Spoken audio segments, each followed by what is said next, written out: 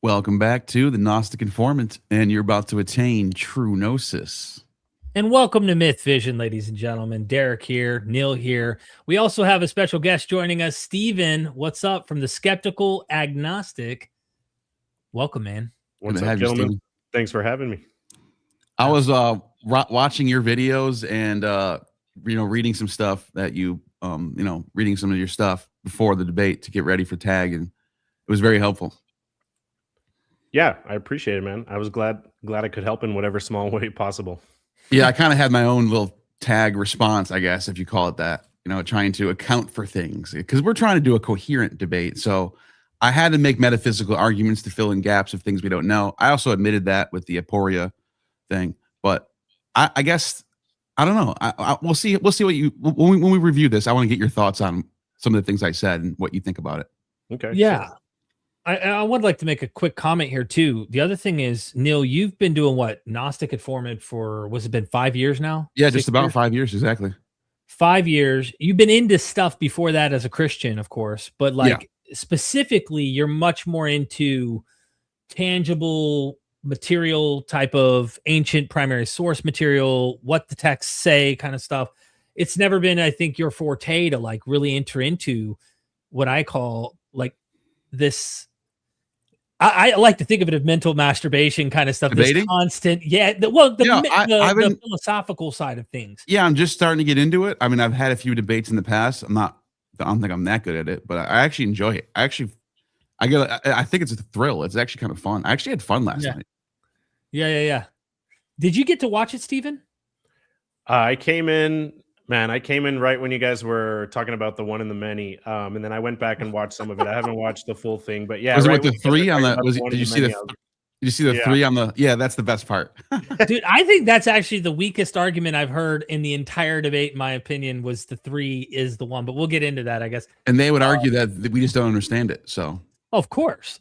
And then when we talk about the text, they don't understand the text. And when you're arguing biblical stuff, you know what I mean?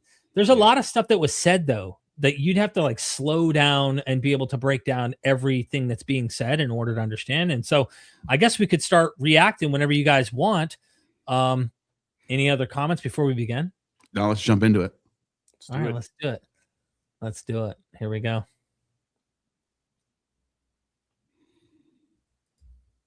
All right, we're starting at the opening. I believe Jay's just now starting. Here we go.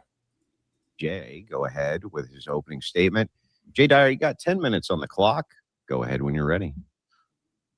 Yeah, I want to start by saying that the argument here is about the coherency and the worldview that makes the best sense of reality. And between us, we will be arguing two different paradigms that have radically different accounts of the nature of reality.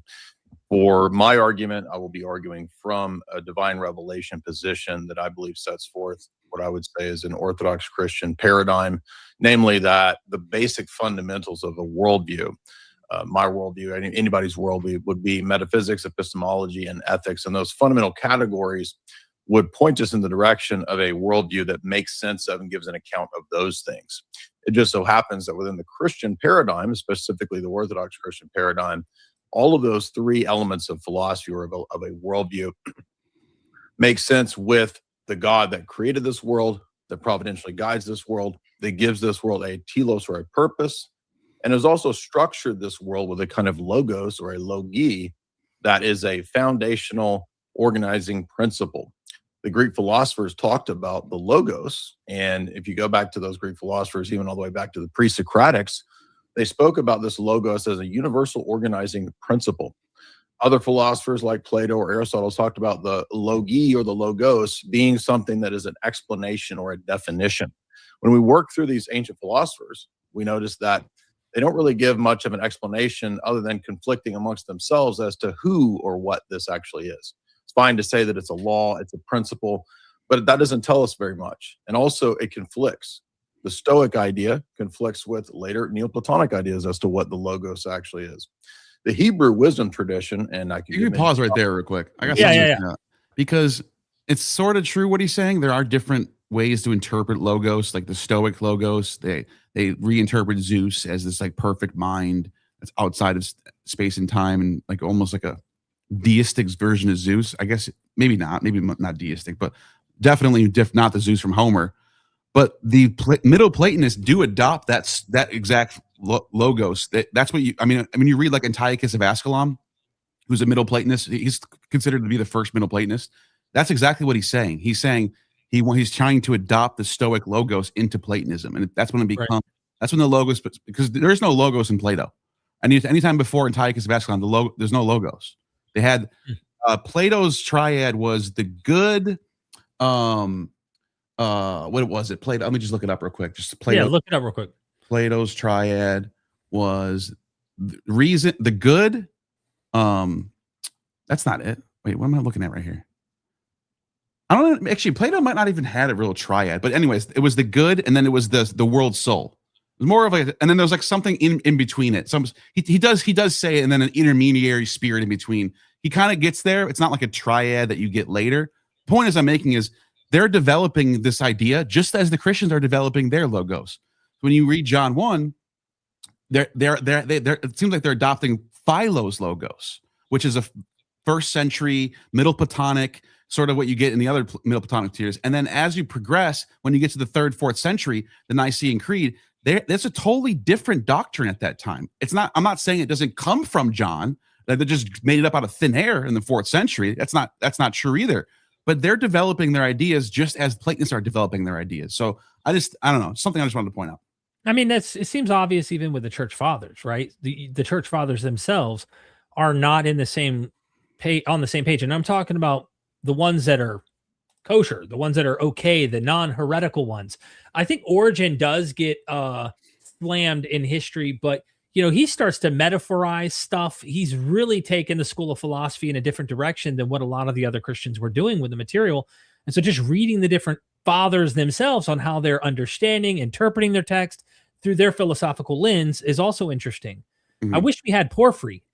I wish we had Porphyry's writings. Mm-hmm. That would be really illuminating, but we have Celsus, who's dealing with this from, a philosophical attack on the Christian message, and he's looking at the flaws. He kind of does what you do with God, mm-hmm. but he does it with Jesus. And like no human would ever have these. No human who is God would have these failures and these fickle weaknesses. Kind of like the Crom guy who popped in on your live stream with him later. Yeah, like he's like, you can't be weak.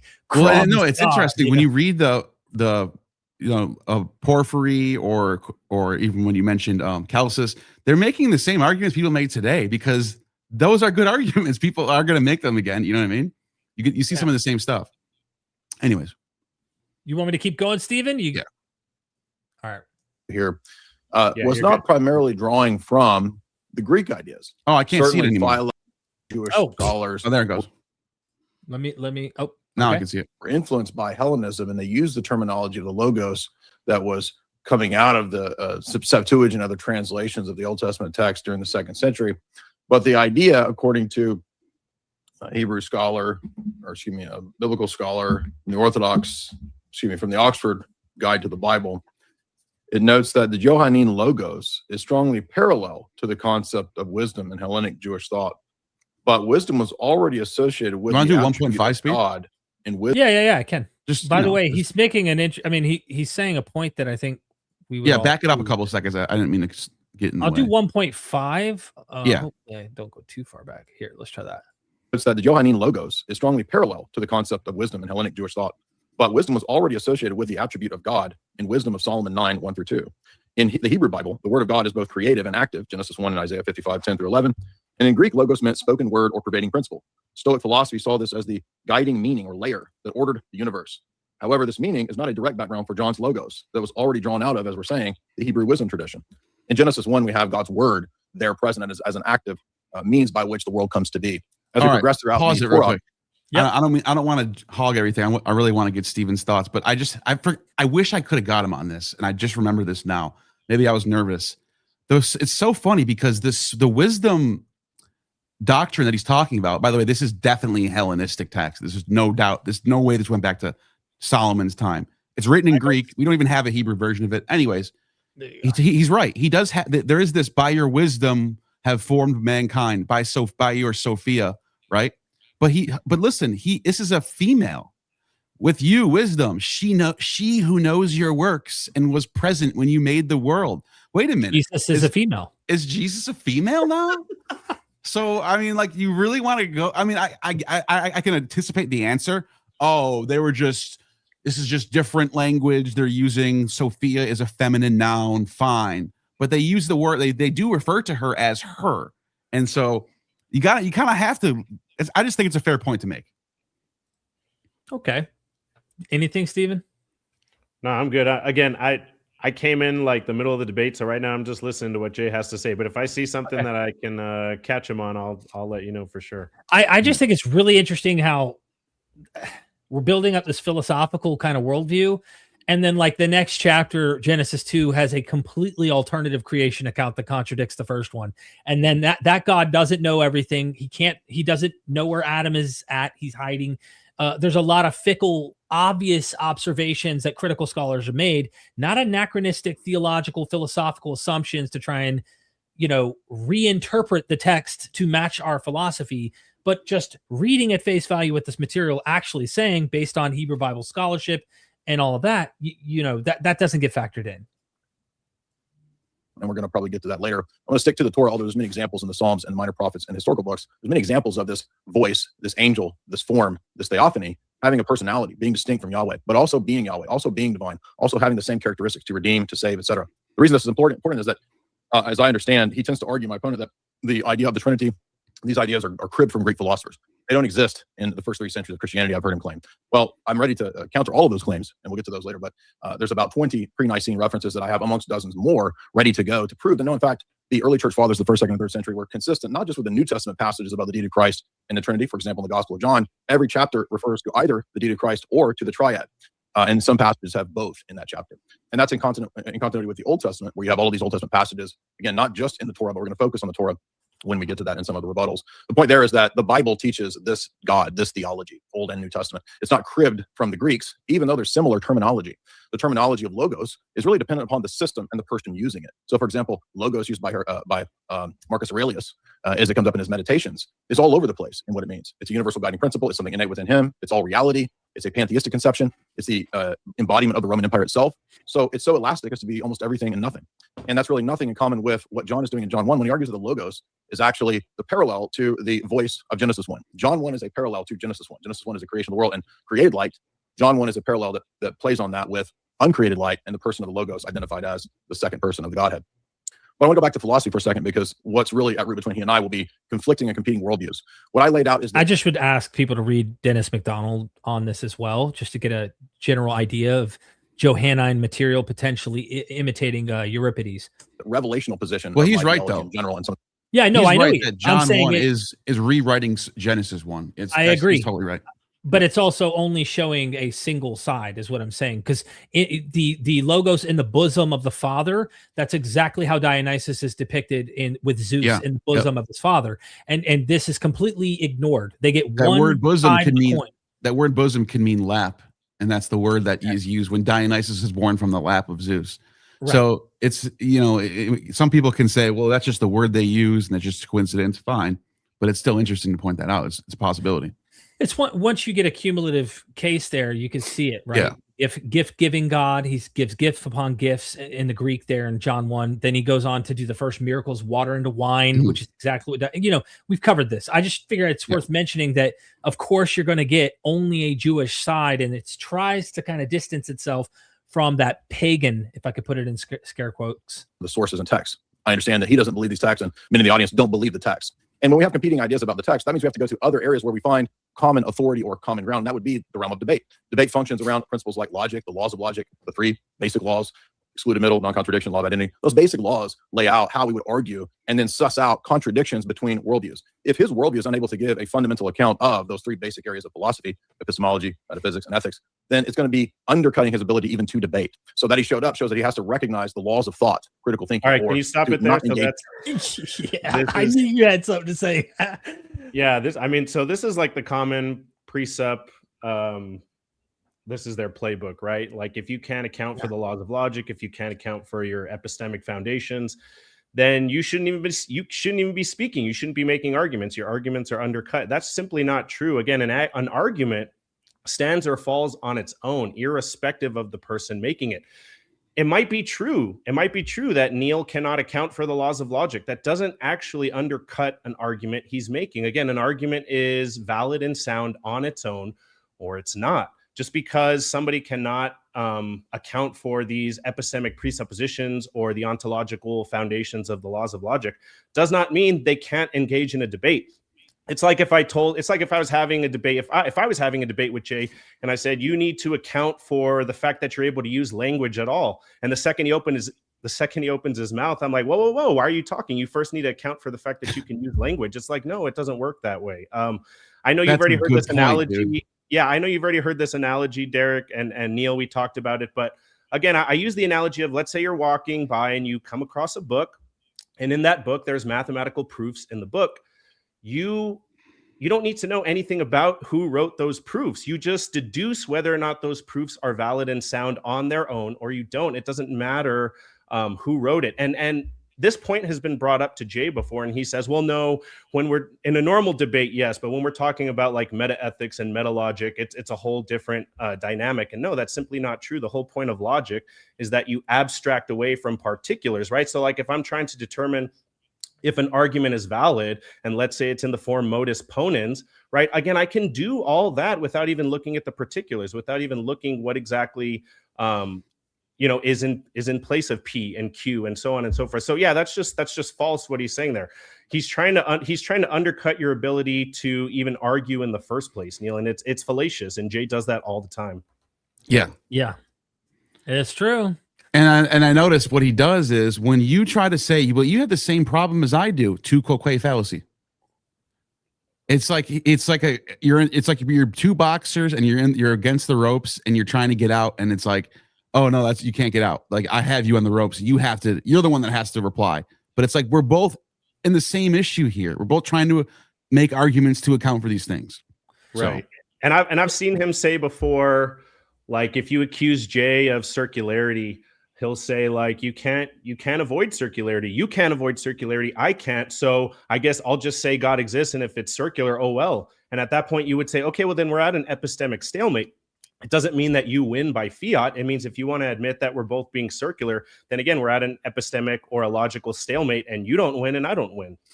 That's kind of what I was trying to do.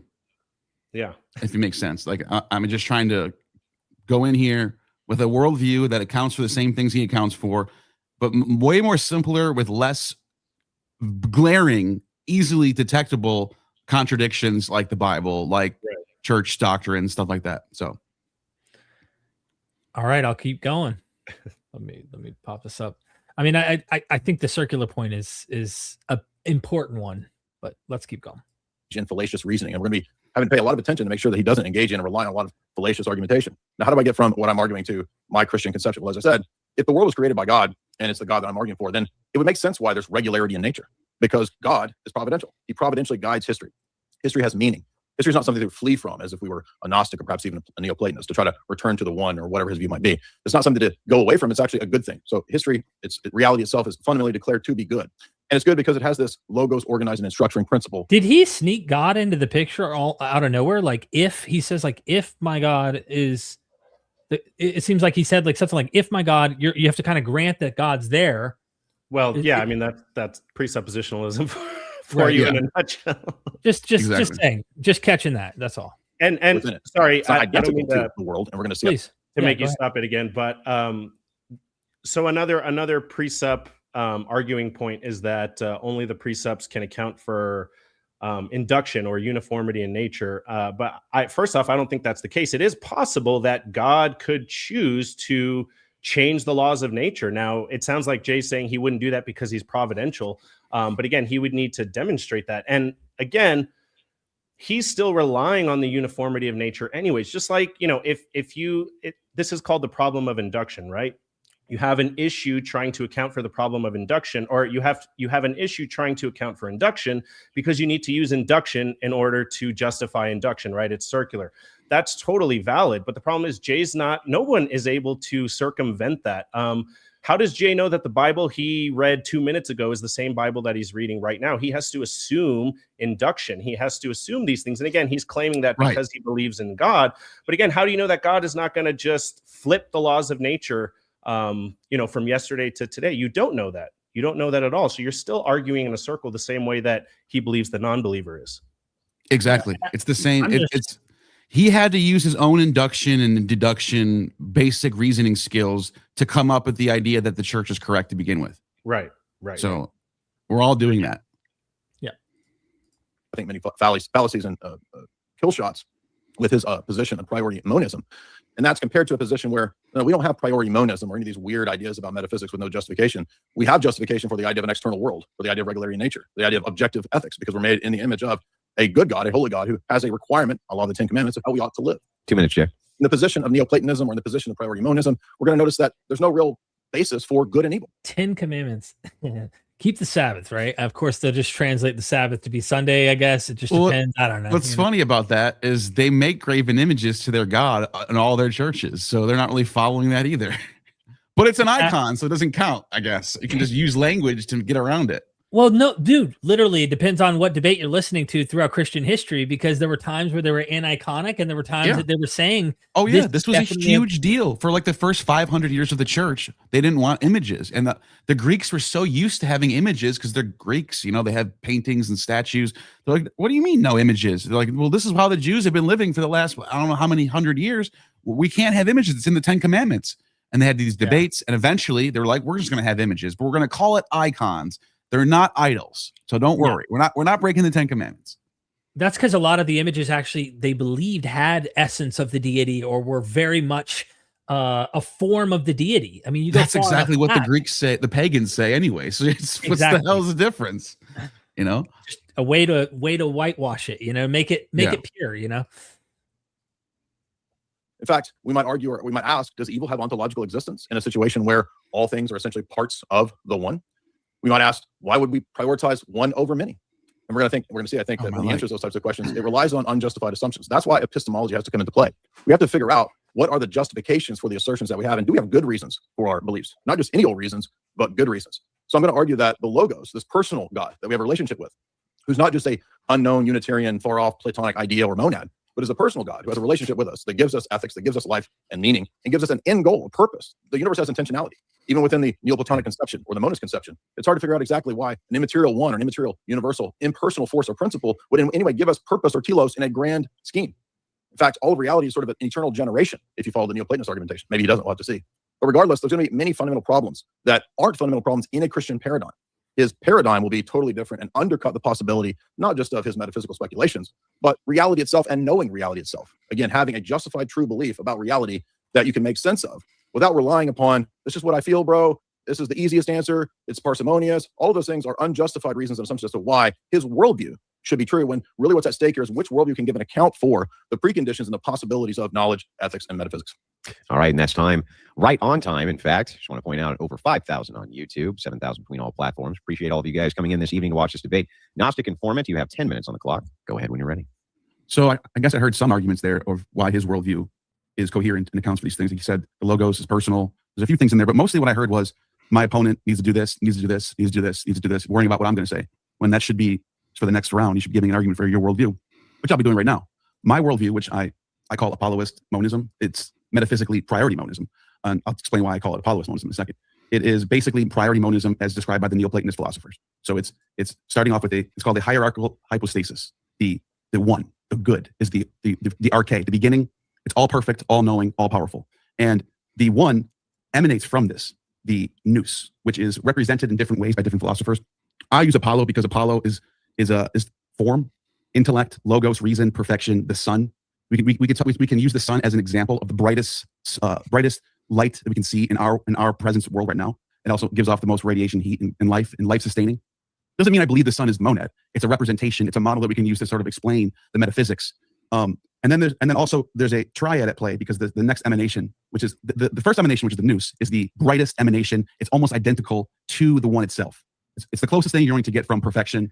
By the way, Stephen, you understand what's going on here, right? What how Neil is actually he's adopted for this particular debate, and maybe even in real life. I don't know Neil's actual personal beliefs. We've never really, we don't sit down and like have these. No, this is my way. This is my metaphysical fill in the gaps argumentation for reality. So he was wanting, he wanted to skip the fluff. I mean, unlike someone like me or you, who might, I don't know, maybe someone else who might come from a more atheistic, agnostic background, trying to justify epistemologically our worldviews or whatnot, Right. which he always likes to capitalize on. Well, he's just kind of granting, hey, there's deity, and I'm adopting this model. Right. We're going to actually compete. So our gods are being in competition, and he's going to pretty much define a perfect God, right? That has no flaws, no contradictions. Yeah. And you and I both know Bible quite well. So, all of us know Bible, Well, remember, this is a debate on which model is more coherent. It's not which one is true or which one is we can prove. The debate was very specific. Which one is more coherent? So that's why we don't have to get into that doesn't make any like that. You know what I mean? Like we're arguing metaphysical models that account for things that are the most coherent. That's the debate. Yeah. Just so we're clear, so people are like, huh? Yeah. The third emanation is psyche or soul. And this is the mediator between all the numbers that come after, all the plurality that comes after, the mediator between the physical and sensible, emotions and feelings. I use Dionysus as a way to describe the whirling of the cosmos. And from this triad, emanations go all the way down to the physical world of matter. And the farther away you get from the one, the less good there is. Evil persists in this realm. Humans are at the top of the lowest realm, but our main objective is to climb the ladder to get back to the good. So I'm just giving basic. That's just a basic understanding of. You can ask me whatever you want. You want to go deeper into it, but it accounts for all things because it accounts for the laws of logic. It accounts for particulars. It accounts for universals. All the things that you asked for. Now, it accounts for the one and many too, because the emanations allow for the plurality to be distinct, but also have the essence of the one.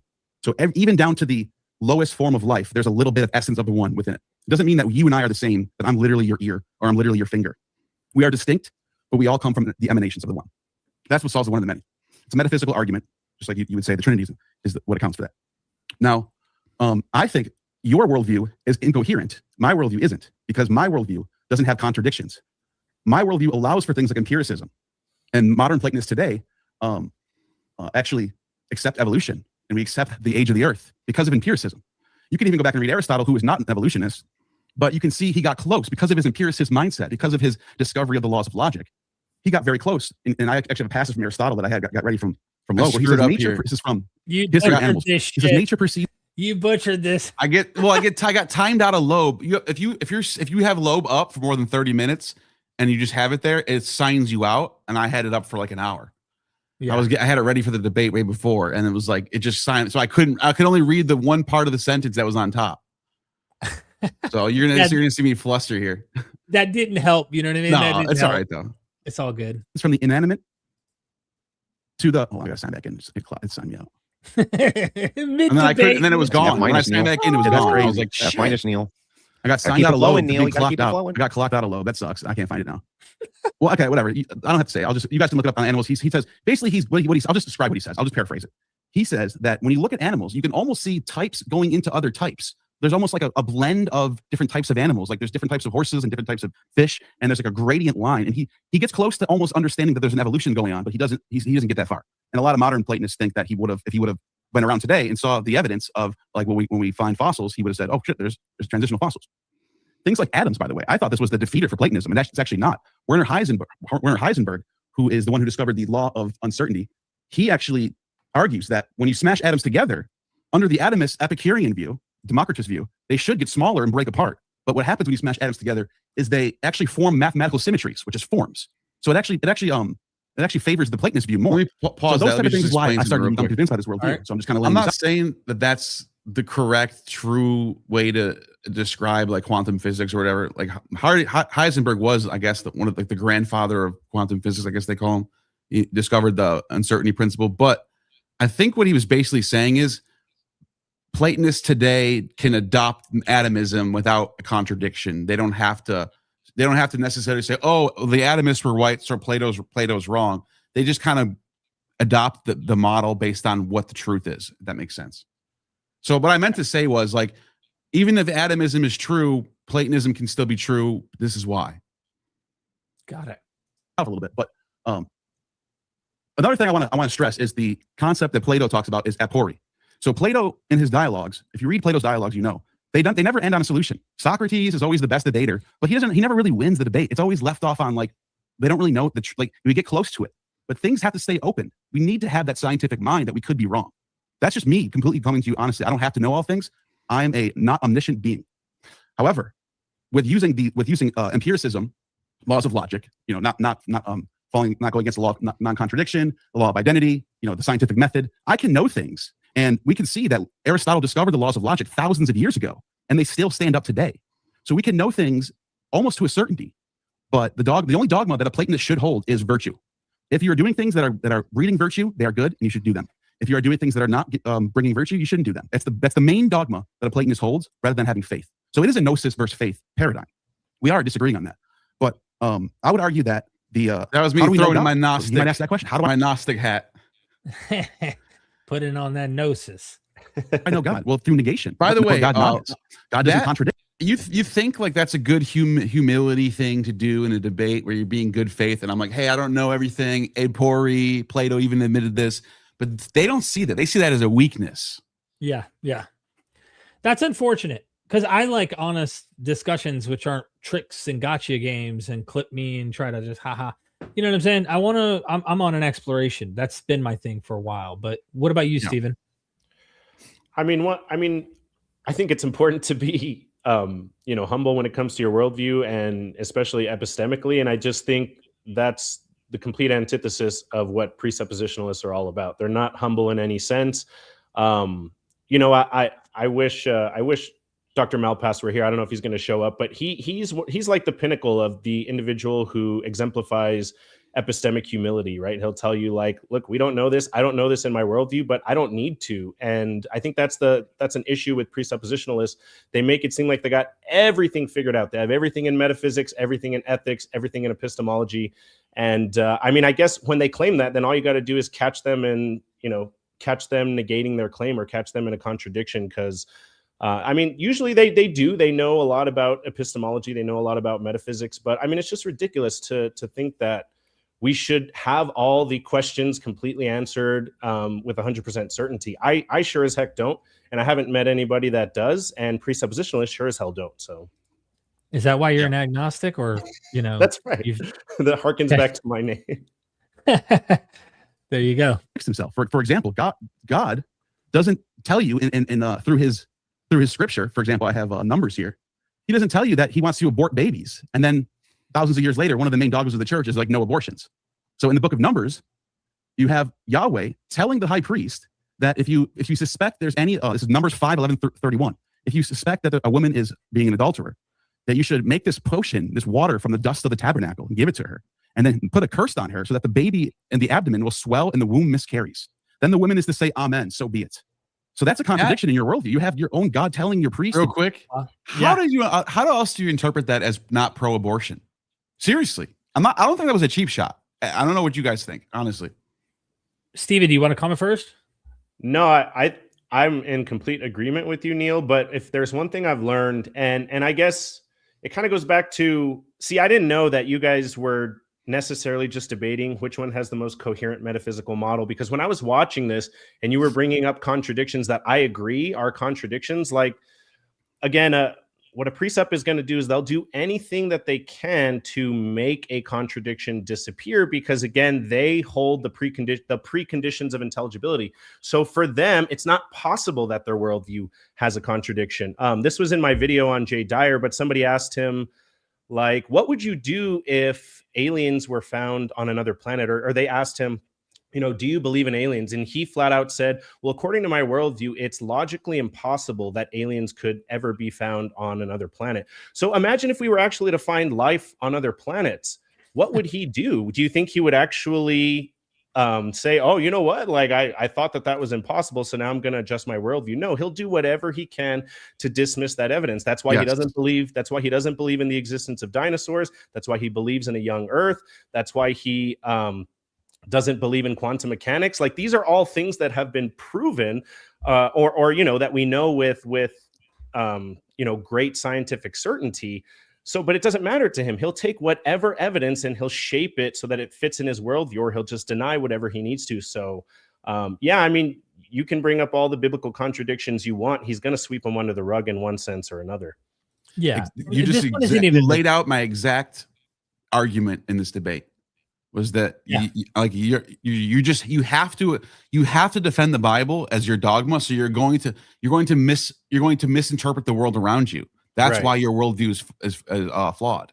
Right. It's not just Bible, it's his God that is attached to the revelation we call the Bible. And he has a systematic approach where he thinks it's all cohesive and it all has to make sense, because he can't allow for that, like you said. But this isn't even necessarily a contradiction in the Bible. This is just a blatant ethical issue that is a sore spot for modern Christian ethicists. And mainstream scholars, including feminist biblical scholars and conservative ones, come to this exact passage you're talking about, Neil, and they acknowledge that this passage describes something that functions like an induced miscarriage, like a divine test where, you know, the priest is clearly testing the woman and that child. And can you imagine like some really outdated model? It reminds me of Herodotus. You remember the famous scene where he's like, look, they throw people up on the spears, and if they don't die, it's actually not a good sign. But if you throw them up onto the spears, it's a good sign. They've been sent to Zalmoxis. And it's like, what kind of ritual were these are they called the Gitai people? I can't remember. Gitai. Yeah, like what the hell were they doing? Well, imagine going to ancient Israel and seeing a priest get like stuff off the ground, scraping up some really crusty old stuff and saying, all right, now your husband said you've been sleeping around, drink it. And she gets sick, and then the child, you know, doesn't survive. I mean, it's a wild passage. Yeah, man. It's one of those passages that are just like, what? Why would they write that? Yeah, it more contradicts their modern ethical views. That was my point. Yeah. So that's your point. Okay. Yep. Do abortions, but you say you're anti-abortion. Yeah. Here's some more. Premise 1. A perfect self-sustained being lacks nothing and does not require appeasement. The biblical God commands sacrifices to atone for sins. Requiring sacrifice implies a need for appeasement or satisfaction. Conclusion. Therefore, Yahweh is not a perfect, all-sustained being. Not only that, he requires human sacrifice. In the book of Judges, Jephthah tells the Lord, he says, if you let me win this battle, the next person you put in front of me, I will put on an altar and sacrifice him to you. What does God put in front of Jephthah after he wins the battle? His prepubescent daughter, who's a virgin. And they go on with the sacrifice and do it. It's not like the Abraham story where Abraham's tested and at the last second the angel stops him. Jephthah actually sacrifices a human to Yahweh. And this is seen as good. Yom Kippur, Leviticus 16 says that you can sacrifice goats and bulls for sins every year at the time of Yom Kippur. So what happened? Did God change his mind and say, wait a minute, we don't no more Yom Kippur. We need a human. Actually, I'll send myself, a person of myself, who's literally God. I'll put him in human form to sacrifice him to myself so I can save all you guys from me. It doesn't make any sense. It's not logically coherent. So a perfect being cannot experience emotional states that imply You gotta wrap it there, Neil. security. Dude, hold on. What you just did was like look, he gets mad in the follow-up where he talks about like atheist Reddit tropes and shit. Because That's that what they always say. Yeah. But dude, the way you describe it, it's kind of wild, isn't it? Yeah. Oh, It's Steven, true. Well, did I say anything that wasn't true there? I mean, I'm honestly asking, you know. What do you think, Steve? I don't want to interrupt. No, I think you were right on. And the thing is, the list can just keep on going, right? I mean, again, I hadn't seen this part of the debate. Like you could bring up, you know, the firstborn that were slaughtered in Egypt. I know there was a point in the debate where you guys were talking, I think where Jay was talking about where God hardened Pharaoh's heart and he tried to sweep that under the rug. But yeah, I mean, there's so much barbaric, primitive, superstitious nonsense in the Old Testament like this that you can bring up again, like the Passover or just the flood. I know that you had brought up, I think it's Proverbs or Psalms where it's talking about infants being dashed against the rock. I did hear you mention that, Neil, and I don't remember what Jay's, I don't remember what he said in response to that, but I know he swept it under the rug. I can't remember exactly what he said either, but yeah, I guess we'll get there. You're right. It was totally swept under the rug. I know he doesn't bring up bitter waters. Maybe did I miss that? I don't think he bitter waters. No, he doesn't respond to the bitter waters that, you know, the Judges passage you just read. Oh, no, he doesn't. He never says anything. That's another thing I noticed in this debate. There's a few things that I brought up and just never got talked about. So yeah, and that happens. That does happen. There's a long debate. Not fault necessarily. Yeah. But he does try to respond to Jephthah, and we got to talk about that, man. I mean, you got to show the text. I mean, this is ridiculous. At some point, you got to stop playing games. You know what I mean? Last one, or relative change. Premise 2. The Bible attributes jealousy, repentance, and wrath to Yahweh. Therefore, Yahweh is inconsistent with divine perfection. Okay. Now, gentlemen, I've always given people I think that's brilliant in my opinion to go after the God that way and show the inconsistencies and contradictions and the emotions and the fickle nature of this deity personally. But well, he said in his opening that all my Platonists had different versions of the logos, therefore there's a contradiction. So I mean, what's the difference between me going through the Bible and showing your contradictions? But that's your holy book, that's your central doctrines. I mean, I don't think it was there's no Reddit tier shit going on there. Yeah. I will play it again. Continue playing it here. option after they get past opening statements. If you want to keep the format, get into rebuttals and then get into closings before we open it up, we can do that. Or we can open it up right now, which will give you an extra 45 minutes of open debate. It's up to you guys. What do you want to do there? Keep going. Back and forth. Okay, awesome. 10 minutes then, Jay, for your rebuttal. You know what I think what was going on there? Okay. So, I'm gonna call out Andrew on this one. I think that he was like, wait a minute, this might not be a good idea to let this guy just have 10 minutes to just attack the Bible without interruption. Why don't we skip the next two? Let's just go right to the back and forth because Jay's really good at that. I didn't even think about that till right now. Maybe not. But it's just odd. But we have a debate format. Right. Why are we changing it in the middle of a debate after my first 10 minutes? Right. Just saying. It is interesting. I think I got a super chat here. I really want to let you guys see here. Spyro big one. Floropolis. Yeah, thank you so much for the super chat, my friend. These guys have one goal: win the audience, not you. They will use fallacious arguments to win. They want you to opt into hypotheticals. They can opt out. My worldview doesn't let this happen. I know because I've debated and worked with them. Interesting. Yeah, absolutely. That's true. The problems are on you. They're not on me. Like, we're not on equal playing field. We don't have to deal with these problems, but you do. And if you can't answer them, you lose. That's kind of how these things go a little bit. Yeah. I want to give a plug. It seems like Spyro, do they have a YouTube channel? That's a big super chat. I really appreciate the support. Maybe. Let me see if this What do you think about that though, Stephen? I mean, I think that sums up, again, like I don't mean to keep shitting on presuppositionalists, but after all, that's what you're debating. I mean, I've never debated a presuppositionalist where the goal was just honest, good faith dialogue. It's always about winning. It's always about a gotcha. They have like the epistemic version of the ontological argument, where you know how the ontological argument will always make you go, wait a minute, what the hell just happened? They do the epistemic version of that, right? It's all about trying to win. And I think we're a long way from, I don't know if you've ever listened to like Greg Bonson's debates, because Bonson, he was Van Til's student, and they were kind of the origination of presuppositionalism. And they were a lot better than modern day precepts. Like modern day precepts, it's all about winning. It's all about gotcha. And I think part of that is cognitive dissonance. And I'm not trying to psychoanalyze anybody here, but again, as I talked with Derek, my father-in-law is a precept. And so I've been messing around with the precept playbook for over 10 years. And I really think it's a way for them to ignore things like passages in scripture or contradictions, or to ignore the cognitive dissonance that they might feel when looking at the world and seeing the problem of evil. And they can just say, no, I got it all figured out because I have my epistemic foundation and I'll just fit all the pieces in there. You don't know. You don't have it all figured out, but I have it all figured out. So, what's interesting is that I should have brought this up because I'm arguing for Platonism. Is Plato has a dialogue called the Sophist, or maybe just the Sophist. Doesn't matter. Where one of the characters describes what a sophist is, and they almost kind of describe a presupper. Like they're like, their whole entire goal is to win. It's not about reality. It's about appearance. Right. And that's kind of, they use rhetoric. They use the logical fallacies. They not to saying that he's using logical fallacies, but like he explains, like basically the sophist is not being honest. They're trying to win the debate. Right.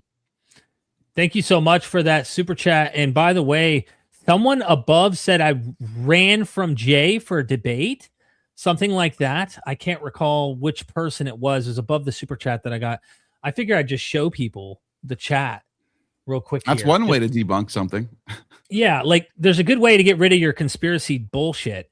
Jay Dyer wrote me, "You ready to set up a formal debate?" This is on Twitter. You can tell because he's got the flamboyant pink image. Yeah, I don't think anyone's going to think this is fake.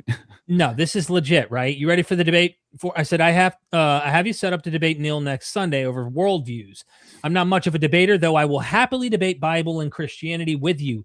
It seems you prefer to stick to topics you're more comfortable with, as I'm also more comfortable sticking to ones I know best.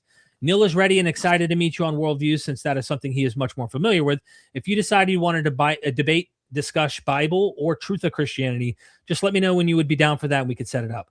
I am not agreeing to come on your channel, he says, and you can't defend your worldview. Got it. And I said, and you cannot defend your Bible or Christianity. Got it. My argument is an argument of comparing worldviews. If you don't want to address that in a formal debate, then I get it. I said, I prefer to stick with what I know best. I'm just keeping it real with you that these tag topics aren't my area. Maybe down the road, I will put some time into really studying it and get back to you about that topic. Okay. My worldview is ever changing, I said. As I learn new evidence and data, it really makes no sense to me to defend something I do not dogmatically need to have resolved. It will be better with you and Nil. I will be in touch. It's that simple. That's not a running from the debate at all. If you think that was running from a debate, you need to get your brain checked, because that looks very clear that you were willing to have a debate as long as it's something you understand. Like, that's normal. No, Just a rocket scientist isn't going to debate medical science. They're going to debate rocket science. They're not going to just jump into a field they don't know. So that's nonsense. Yeah.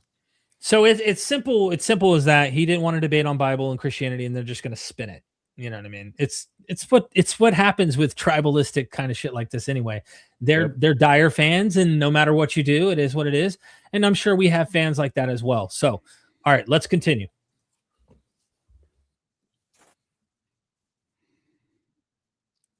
It's muted. Is it? Yeah, I can't hear it all of a sudden. Can you guys hear it? You know how StreamYard is. You got to reshare it under the thing that the audio is attached. Yes. Let me back it up. Sorry. Stupid sometimes. Here we go. We heard a whole lot of a list of ideas, almost like he just sort of spat out all the things that just popped into his head with little to no actual refutation or argumentation about anything in the Christian paradigm, other than perhaps going to Reddit and finding a few of the classic misunderstandings of anthropomorphic language. The argument that I gave, that he said I gave no argument, was that I call horseshit on the anthropomorphic language, but that's their tradition. So this gets into like anything goes. Let's fix the problems. Let's fix Yahweh. It's apologetics. It's apologetic bullshit. Anyone who actually studies anything ancient Near Eastern and does comparative mythology, comparative ancient literature, anyone who actually takes that seriously and isn't filtering this through some much later lens and needing to make it fit post-Plato material, you're going to end up realizing your God is looking, walking, talking, and acting similar to all the other storm ancient deities, gods who have sex, who have wives, the whole nine. Like it's all over the Bible. If you're a Christian, you're watching this right now, just honestly, you don't have to answer this. Just keep this to yourself. Answer to yourself. Do you honestly think that church theologians are going to admit contradictions ever? Why would they? They're going to defend it. They're going to think of a way out of it. They're going to come up with an apologetic a way around it. That's just the nature of having your axiom is the Bible is true. There it is. You cannot get around that now. It's anthropomorphic. Didn't actually happen that way. You're reading it wrong. Your exegesis is off. There's going to be something that's going to defend it. So just pointing that out. Something to think about. And that's a great point. You know how he brought up Genesis 1 before we keep going is Genesis 1, he brings up the logos and stuff, the word and all of that. I wonder if he interprets the Genesis 1 scene with let us make man, that plurality in the language, the grammar is plural. Right. If he interprets that as Trinity, because I mean, just look at how Heiser, at least Michael Heiser, like really did fight the tradition and say, guys, this is ancient Near Eastern. I mean, there is a pantheon of deities, and that plurality is the pantheon. That is the council, the divine council in the creative act in Genesis 1. He probably anachronistically thinks this is the Trinity. And that's the kind of he does. logical, you see what I'm saying, though? That's the theology bullshit that I'm talking about. Anyway. Worldview is incoherent at a fundamental level, such that it makes the possibility of knowledge impossible. You might not like that argument. You might not understand that argument, but that's an argument. That's an internal. Can I critique. pause there? It's a transcendental argument. He says, Okay. I got to ask you, Stephen. We can't even go anywhere. When I metaphysically assert things the same way he's doing, and I'm saying my worldview accounts for this, what am I doing that is he correct that I'm not accounting for knowledge anymore? Like, I'm not asking you to assert if my worldview is true or his word. I'm just saying we're both doing the same metaphysical argumentation of things. Right. Yeah. No, when you're playing the same game that he's playing, yeah, I mean, you're totally within your rights to do that. Yeah, I don't think there's any problem with doing that. I mean, I don't know if at this point, well, you guys aren't in a back and forth, but I know he just constantly accused you of a tu quoque fallacy. But no, and I've done this before again with precepts that I've talked to. I've played a game where I say, look, I'm going to assume the Mormon God, and I'm going to presuppose the Mormon God, or I'm going to presuppose the God of Islam, and then let's play this game. And I do the same thing. So no, I don't think so. I don't think you're doing anything wrong. Because he said, if you just hear what he just said, he said, your worldview doesn't account for things like knowledge is impossible. And I'm just wondering, what in my opening did I say that makes knowledge impossible? That Right. And I'm not saying like that you're not doing, but like just from the same metaphysical argumentation, I even said this accounts for the universals, blah, blah, blah, blah, blah. Right. I think he just put that in there as just like Freudian a slip. It's a script that he's been running. Yeah, probably he accidentally threw a sentence of like, your worldview can't account for knowledge. He would do that with me, clearly, because I don't have this certainty of absolutes of how I could, literally explain these things in the same way that he would, right? that's what I think happened. I think he's so used to saying that to atheists who don't care about accounting for their worldview. They're just trying to be like rigorous and not metaphysical. And he's so used to saying that it just came out, like, because like I don't think that applies to me. I'm just saying. No, at least not at this point in the debate, like, especially because you guys haven't had a back and forth. There's nothing, like you said, there's nothing you said that would open the door so that he could shove off into it. So I don't know. Yeah, it might just be his script that he's that's what I'm thinking. I think an interesting critique, and we're going to get to it, you'll hear it when it comes up, is when he does bring up that you're one trying to have emanations come from that to explain, humans and evil and all that kind of stuff. How you get from your one trying to justify how the existence of evil. But while he's making this good critique, I think Jay does make a good critique of it. It's self-problematic because for thousands of years, Christians have been trying to reason and justify the origin of evil. Oh, it's free will. Oh, how did this shit happen? Why did God let a snake enter the garden? Like, bro, all of that nonsense is like being debated even today to try and justify the origin of evil and why your God, who's omniscient, omnibenevolent, wants everyone to be saved, just so happened to let the ball slip like that. Like, what? So even if he gets you, like, you can't quite explain how your one can have those emanations without a problem there. He has problems too. So it doesn't matter. Either path you take, it's got issues. But all right. An Apolloist, monist. For him, there is a hierarchical one, a monad, and that there's an emanation from this nous. The nous then produces psyche. There's these gradations. So there's an ontological diminishment in this worldview. He laid out this wild Neoplatonic story. There's this triad. The things at the bottom are less good from the things at the top, which are the highest good. And it's also more perfect. Now, obviously, this is a wild bunch of metaphysics that he claims to want to be in line with modern science and scientific data and information and so forth. And maybe there is some reconciliation there. But if you want to appeal to modernity, 99.9% of modern academics, scientists, and all the people that he wants to perhaps appease or be in good cahoots with would laugh at this worldview and would not believe anything remotely close to Neoplatonism. Neoplatonism died out in the Middle Ages, in fact, and never really made a response. That's a non sequitur because I never said, I want all the scientists to agree with me. I never said that once. Well, and it doesn't matter whether or not they do. It's really interesting that Jay's the one promulgating that argument because because 99.9% of scientists don't agree with the bullshit. Exactly. I mean, I really don't know why he said that. Yeah. Think about this. Jay literally says 99% or 99.9% of modern academics and scientists would laugh at Neoplatonism and then it died out in the Middle Ages, like you just said.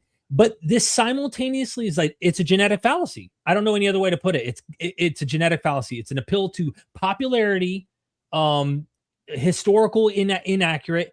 And Jay even acknowledges this when he literally says whether it's true or false. He doesn't, he's like, well, whether it's true or false, which makes this even more bizarre to me He's like, why would you even deploy this argument at all? Because he deploys it and then he pulls it right back, using it against you, but then he pulls it right back. Well, it's a majority thing. Who cares? I think he realizes what you just said on his own account. Like, the consensus is against me in science. Yeah. I think. I mean, I can't read his mind, but I can't imagine he wouldn't pull back a consensus argument or a majority argument when he would be in the minority on so many levels. It's not even funny. Yeah, if I'm trying to understand what he meant there, I think because I was saying my worldview allows for rigorous empirical data to be there, and I accept it because it's because it's predictive power, things like that, predictive success, all that stuff. So he's trying to say, well, okay, so does that mean you're trying to be approved by scientists? I think that's where his mind was at there. But there's two different things. I'm not saying that. I'm not saying I want them to care. Look at your face.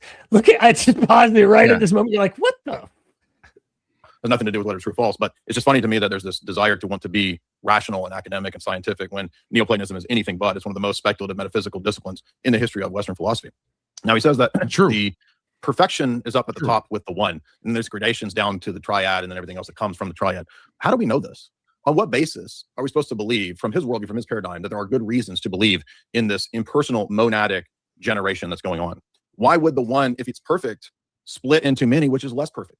His own argumentation about perfection in Yahweh would apply to his own monad, that the monad wasn't able, it wasn't able to keep it from being many, which then leads to gradations. Think about how silly it is to say that Yahweh doesn't make sense because he did this and this and this in the Old Testament, and that doesn't make sense to me. But then you turn around and say that an impersonal force or one that's aperon, beyond no ability in existence and any predication at all, just split into two. And then that just split into three. It's just arbitrary assertions from the domain of metaphysics that anyone with an empiricist worldview would laugh at. Neil doesn't know the difference between empirical sense data and empiricism as a school. So that was a huge blunder when he made the conflation between these two. Again, that was just the point, not the empiricism and empiricist argument here, but the simple argument about the emanations. You can make up any excuse. You have no way to prove it, but you can make up any excuse for why emanations took place and we ended up getting humans. I mean, you're dealing with a metaphysical. It's totally speculative. I don't know how his isn't. But hold on a second. Is that true that if I say empiricism, I'm automatically referring to the school of empiricism, or can't you? Is that a linguistic fumble on my part to not? If I'm talking about empiricism as just like empirical data in general, I'm wondering. He could be right. I could have made the blunder there. No, I don't think so. Yeah. I think those are just the associations that Jay himself associates with the word empiricism. I mean, he does that a lot, but no, I think we're fine. Because I clearly didn't mean like, oh, the school of thought that is I literally was talking about empirical data in general, like being empiricist, like being empirical, that type of thing. Yeah. I mean, he would have a point if you were conflating empiricism as a philosophical school. You know what I mean? Yeah, he would, but that's not, but I think it was a bad faith jab because it's clearly not what I meant. Gotcha.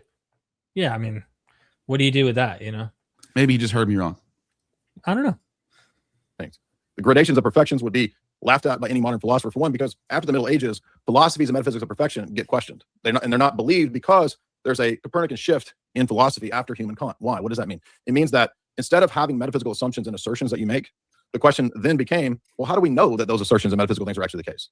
For example, Hume begins to raise questions about the regularity of nature. He raises questions about knowing the external world. Wouldn't you need to know those things before you tell me about ultimate reality and metaphysical gradations and levels beyond reality?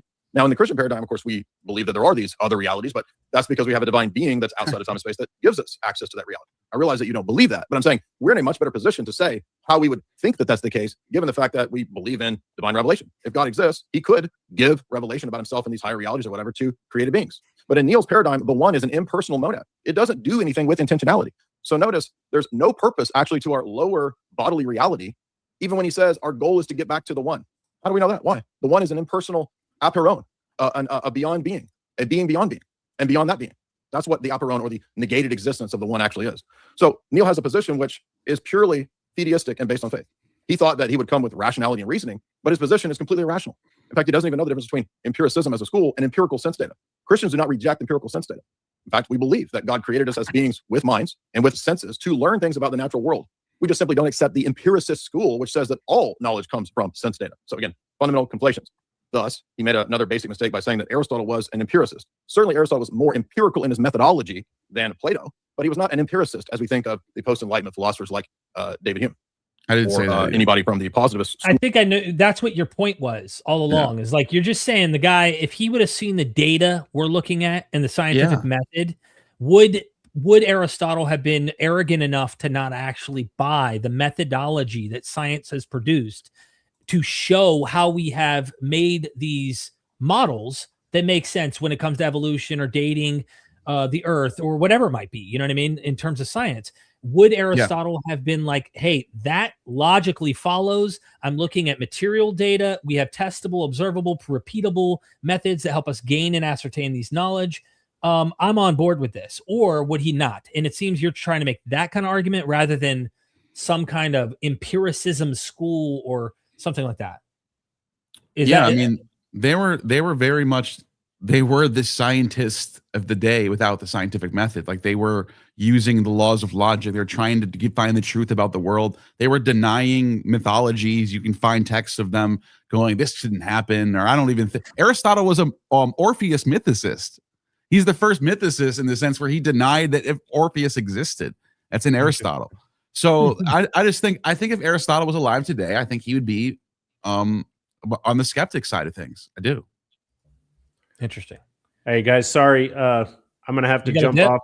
My daughters are getting off school, but I appreciate you for having me. Sorry I could only stick around for an hour, but No, No, man, you're I good. appreciate it. Thanks, for Stephen. having me. Everybody, go subscribe to the Skeptical Agnostic. Let me pop him up here. The Skeptical, I should have this ready. Agnostic YouTube channel. Shameless plug for your time, man. I I hope, appreciate it. I hope people go subscribe. Make sure you show it on the screen at least, right? Yeah. Okay, there you go. Nope. It's on Mac. I don't know what it is on your computer when it comes to doing streaming. Is that why we're having glitches like this? Because we're on. I've been running Mac for 10 years. By the now. way, people watching on my side, I highly recommend this channel. It's just a wealth of knowledge. I'm surprised you don't have more subscribers than this, man. Honestly, I like appreciate go and it, man. subscribe. Seriously, this is one of the best channels that just gets right into the heart of these arguments, breaks things down, really simple. Like your video on Tag Refuted, whatever it's called, the one that has Tag Refuted on the thumbnail. I watched it like 7 times in a row, dude. It was like, wow, this is pretty good. I appreciate it. Thanks a lot, man. Yeah, maybe we get a debate with you and Jay at some point. I would love to see that. I'm sure at some point, man. I've tagged him on Twitter anytime I posted something and he never responds. I've gotten responses from he's never responded. And why don't we actually? And he just blocked me. He blocked me a couple days ago because he was shitting all over Trent Horn, and I was basically just calling him an asshole. Wow. So he blocked me. But he blocked me for a while. He unblocked me last night though. We're cool. I don't know. But I would say if he's watching this right now, you just got a challenge. What are you going to do? Are you going to take it or leave it? I'm down, man. And of course, with every video on Jay Dyer I posted, I posted 2, but his little minions come by and they're like, just debate him. And I'm like, yep. I will, if he wants to debate, I definitely will, but I'm not under the illusion or the delusion that it's going to be a fruitful debate, but I'd happily take the challenge. So yeah, I respect that a lot. I love that. Steven, everybody go subscribe. Thanks, man. Yeah. Thanks guys. Thanks for having me. And I'm sure we'll see you soon. Yeah, man. Absolutely, brother. All right. See ya. Peace. All right, Neil, you want to get close up here or do we want to just, all right. Yeah, we could keep going if you want. Yeah, it's good that we had him for the beginning because we really need him for is that opening, Yeah, it does go on and on. There's a little more we could watch, or we could take some super chats and then maybe continue. Yeah. You want to do a break through super chats? That makes a lot of sense actually. Cool. And then we can keep going. This one's for you, man. True NYC. What's this? Chastitas theology bridges the gap between you and Jay. I have no idea what that is, but I have to look into it. That sounds like something interesting. Chastitas theology. Huh. I'll look it up. Yeah. Look it up. Next one says Caleb Dominique Peterson. Does Charlie Brown exists? Gotcha in an epistemological checkmate goober. Right.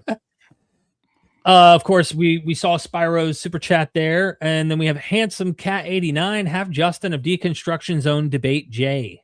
That's another one that I really, because when Jay's obviously a great debater, and there's parts where he makes people look stupid a lot of times. There's a lot of videos out there where he can really make people look stupid. But for example, Matt Dillahunty, who me and him do not get along. He hates me with a passion. Yeah. However, I thought that was not one of his stronger debates. I think Dillahunty was the stronger debater there. And he was very cordial and nice and polite and agree in agreement with a lot of things. Same with Net Malpass. So I think when he steps up with people who actually know their shit, I think you see a different Jay. So I'm curious to see what Jay would do against someone like Deconstruction Zone, or obviously Steven from Skeptic and Gnostic. Yeah, that'd be interesting, man. I want to say Porphyry, but the it's like Porphyron Timothy. Yeah, I tried reading it last night. I just said Porphyrotheosis. I just started saying Porphyrotheosis. The intensity of spiritual experiences I have had as a pagan dwarf anything I ever experienced as a Christian. I could never go back. Sorry. Wow. Damn. That's interesting. I believe it too, because the thing about paganism, it's like your local ancestral custom that goes back thousands of years that wasn't impeded by anything. And like, there's something powerful about that. Yeah. And I think that's like the thing about Platonism was it didn't have it wasn't like just for the Eleusinians. It wasn't just for the Romans. It wasn't just for the Egyptians. They all adopted Platonism as their metaphysical, the physics behind everything. And they all had plug and played their own theological, like Apollo or Osiris or whatever they wanted to. You can see in the Middle Platonic period, like you read Plutarch, and he's interpreting these myths through the Middle Platonic lens. And that's kind of why I think if we're gonna do metaphysics and we're gonna be theoretical and we're gonna make these big, large assumptions about reality, I think you shouldn't have a scripture to go along with it. You just completely defeats the purpose, I think. Especially scripture that could help falsify your view, and then you have to do gymnastics to make it not mean what it says. And you got to keep those things separate. Yeah, and in fact, I had a good interview today with scholar Esther Homori that is on her. Remember the scholar who had God's Monsters? She goes over this and points out some atrocities that I had never even thought about how Yahweh is depicted. Like, I know Yahweh's got some ugly shit going on, okay, but she takes it to a whole nother level on just emphasizing that God is in control of these monsters and sending these monsters out and lying spirits and doing all sorts of stuff. Dude, come on, bro. If you were to say, hey, Plato, check this out, man. I got a God for you. What do you think about this? He would laugh at that God. He would say, are you kidding me? He literally uses the same word that the Greeks use for jealous, zeletes, which also can be translated as zealous, but jealous and zealous kind of have a common origin.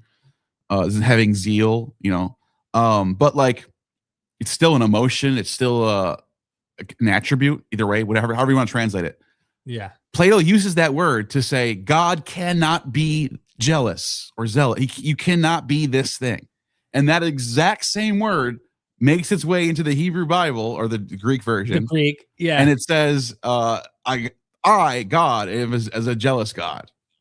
And the whole New Testament is using that Septuagint. It doesn't use the Hebrew, it uses the Greek. So now you've got a really logical connection here on showing that this is why you end up with Marcion or Marcionism. Yeah, exactly. Like they're going, Plato's the greatest genius of all time. He's saying this, but this Old Testament book, this throw that God away. That's got to be something's wrong here. So, and he's right. Yeah. Sorry, he's right. They just, in the sense that he sees the problem. I'm not saying his theological leap to say that Jesus had a different father. I just think that shit evolves and people find ways to cope with it under new experiences and all of that. Anyway, interesting super chat. Bubblegum tag falsifies the Trinity. You can't have three sources. We should play that clip, but I don't want to skip ahead to what's this right here, Neil? 3 or 1? That's the highlight of the debate. I think that's the highlight of the debate. Not even saying that he looks stupid. He's making an argument. I get it. He's saying you can have one thing that has 3 parts. I get it. But like, it's just funny how me and him had our back and forth with that part. That's all. Bro, that was the worst part in my opinion. That to me, For him, his weakest argument in the entire. That's what most people have said to me today or last night since the debate was like, obviously he's really hard, he's slippery, he's good at debating. But when you guys had that 3-in-1 thing, that was the worst part for him. That's what I've heard that from like multiple people so far. Yeah. Yeah. It's a rhetorical trick. He's gaining brownie points, making it sound like, but yeah, unknown philosopher, props to Neil because Jay used 2,000 years worth of BS. Pretty much. And that's actually a good point, is because these arguments get better over time. So you have a church, an entity that has theologians who are looking at these texts and they're trying to come up with the best way to formulate and describe it and argue for it. So you have like a tradition that goes all the way back to like Justin Martyr, and then it goes all the way up until like Gregory Palamas in the, I think, 13th century or 14th century or whatever. And it just keeps going. Like it's not, and all in between. Saint Dionysius the Areopagite. You have all these Gregory of Nyssa, Gregory of Nazianzus, and they're all adding new, like really thoughtful ways to defend the Bible.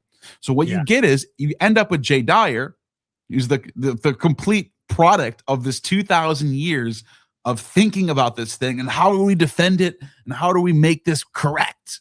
And it's not easy. They have an answer for every single thing you say. It's all figured out pretty much. Anything you notice is Reddit to your bullshit. We figured it out. Exactly. So. Exactly. I mean, they have had time to deal with probably people on the outside, like the Celsus, like the Porphyries, like the Julian the Apostates, who wrote and knew their shit. And they were like, okay, we got to try and get around this problem. And they found ways very early on. I think 3rd century, you're already seeing it with really, really smart Christians try to, I think, metaphorize, if you will, anthropomorphize, if you will, a lot of this old stuff, but that was already being done by the Greeks. Zeus didn't really go down there and do that to those girls or boys. No. They're not really womanizers. That's a metaphor to mean this or to mean that. Like, come on, bro. Like, it's really ancient cope. Crypto Crusader, what research reading have you guys done to understand Jay's position?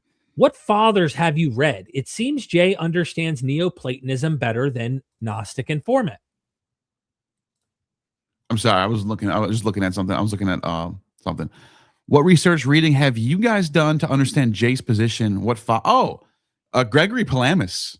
I have to say, like, I noticed that like Jay's worldview has a lot to do with Gregory Palamas, the energies, essence, distinction, which is a doctrine he came up with. I have a book here, actually. Can I grab it? Where did I put it? It's over here somewhere. I have a book here from Cambridge, and it's about like the hesychist, which means like calmness, and it's a sect of Orthodox Christianity that came from the school of Gregory Palamas. And the hesychists were in rough and fierce debates with a Platonist pagan, who I love, by the way, Platon, he calls him. They were in these fierce debates right at the last 2 years of Constantinople's, but literally while Constantinople's being destroyed by the Ottoman Turks. These dudes are just debating theology and going, the one is more superior than Theos, and you're like, Jesus can't be the nous. That's impossible. A man can't be the nous. Like, they're having all these fierce debates, but the hesychists, the way they would debate him was with this energies, essence, distinction. So I had to really go into reading about Gregory Palamas, and I want to find that book. I'll find it in a second, and I'll come right back. But you can keep going. Okay. All right. Yeah, and by the way, I'm not the one who prepared for this debate, so I haven't had to read anything. And specifically in response to Jay's. All right, Neil's getting that. Spyro Floropoulos, forgive me if I butchered it again. Thanks for the super chat. I've messaged you, Derek and Neil, on the X if you guys want to know more. I've been on the ins with them and know how they operate. Could give you some inside baseball. Very disconcerted with them. Interesting. Okay. What is it, a message request or something here? You must have messaged Neil. I don't see any message come in for me. But yeah, be interesting to hear your thoughts on that. Thank you so much for the super chat. I'll let Neil know too when he gets right back. I'm sure he shouldn't be much longer. He's looking for his book right now. I think. Found it. Oh, you did? Can I make my screen big real quick? Yes. I was going to say also address the super chat next, but okay. I'll come right back to you, Spirio. Can you put that down for a second? Or actually, that's fine. Okay. Radical Platonism in Byzantium. And the Greek name, Niketas, I'm not even going to try to pronounce that name. I'd probably be able to pronounce it better if it was actually written in Greek, but it's just kind of funny. Cambridge Classical Studies. It's about the world. It has a lot to do with Gregory Palamas, first of all, but then it talks about how the Platonists come back. You know, they get kicked out of Constantinople by Justinian in the 6th century, and they move to the east, and they end up setting up in Babylon for a while.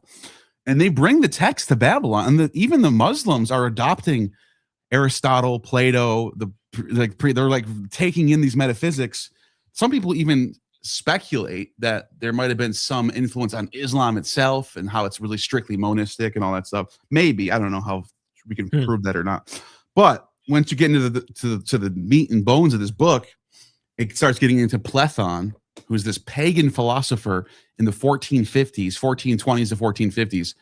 He died the year before Constantinople fell, and they're in these fierce debates with these hesychists who are from the school of Gregory Palamas. And it's basically the debate you saw last night. That's basically the debate. I'm actually arguing for Platon's version of Platonism with some more modern additions, you know, some Heisenberg additions and stuff like that. By the way, I kind of was saying in the debate, I might have been incorrect to call him an actual Platonist, but he was a proponent of Plato, and he constantly said, there's a few quotes from him where he says, modern science has vindicated Plato. Heisenberg actually said that about Plato. So maybe, I don't know if I can actually say he is a Platonist. Maybe I could have been a little pushing my cards a little bit there. But he definitely was arguing in favor of Plato being correct about the reality of the cosmos, stuff like that. But anyways, the book, got it. I recommend this book, Radical Platonism in Byzantium from Cambridge. It's a really good book. Awesome. And by the way, and real quick, Platon is credited for bringing the Renaissance to Italy. And he talks about this in here where he goes to Italy and he meets with the first Medici, the grandfather of all the Medici family, the one who starts up the bank. And Medici uses Platon's writings to start the Florence Academy. The Florentine Academy that produced Michelangelo, Da Vinci, all these great painters and sculptors were all descended essentially, like indirectly, from Platon. And they're using Platon's hymns, like they're even just saying that the Birth of Venus, that famous painting. Let me pull it up real quick. Birth of Venus painting from, who's that from? It's from Botticelli. Here, let me share my screen real quick. And this painting right here, people were saying that this is actually, this scene right here, yes, it's an ancient depiction. I think it's an Ovid where she stands on the shell like that. And like, there's like, but Platon in Platon's hymn to Venus, he describes this scene. So people are like, this is actually from Platon. Whatever, it doesn't really matter. The point is, like, Platon, in Platon's hymn to Venus, he actually describes this scene, and like literally 30 years later, it's being painted in Italy, in Florence, at the same academy where what was started by Platon and Medici. So I don't think people realize, like, the Platonists, their hand in history was a big deal. Like, they brought back the Renaissance. They brought all these Renaissances to all these places that they were in because they had this mindset of like flourishing and arts and form and beauty as part of their doctrine. Interesting.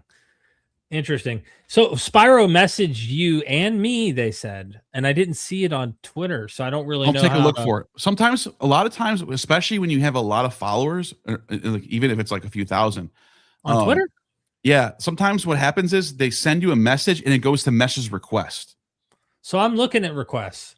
Oh, there he Yeah. is. Okay, See? okay. Told you. Is that where it was? Cool. Yeah. Yeah, I told you. So I'm gonna have to check my message request and we'll respond to you in a little bit. Gotcha. Okay. So yeah, so he wrote me. I'll respond. Okay, I see it. I see it. Appreciate that. Cool. I'm looking.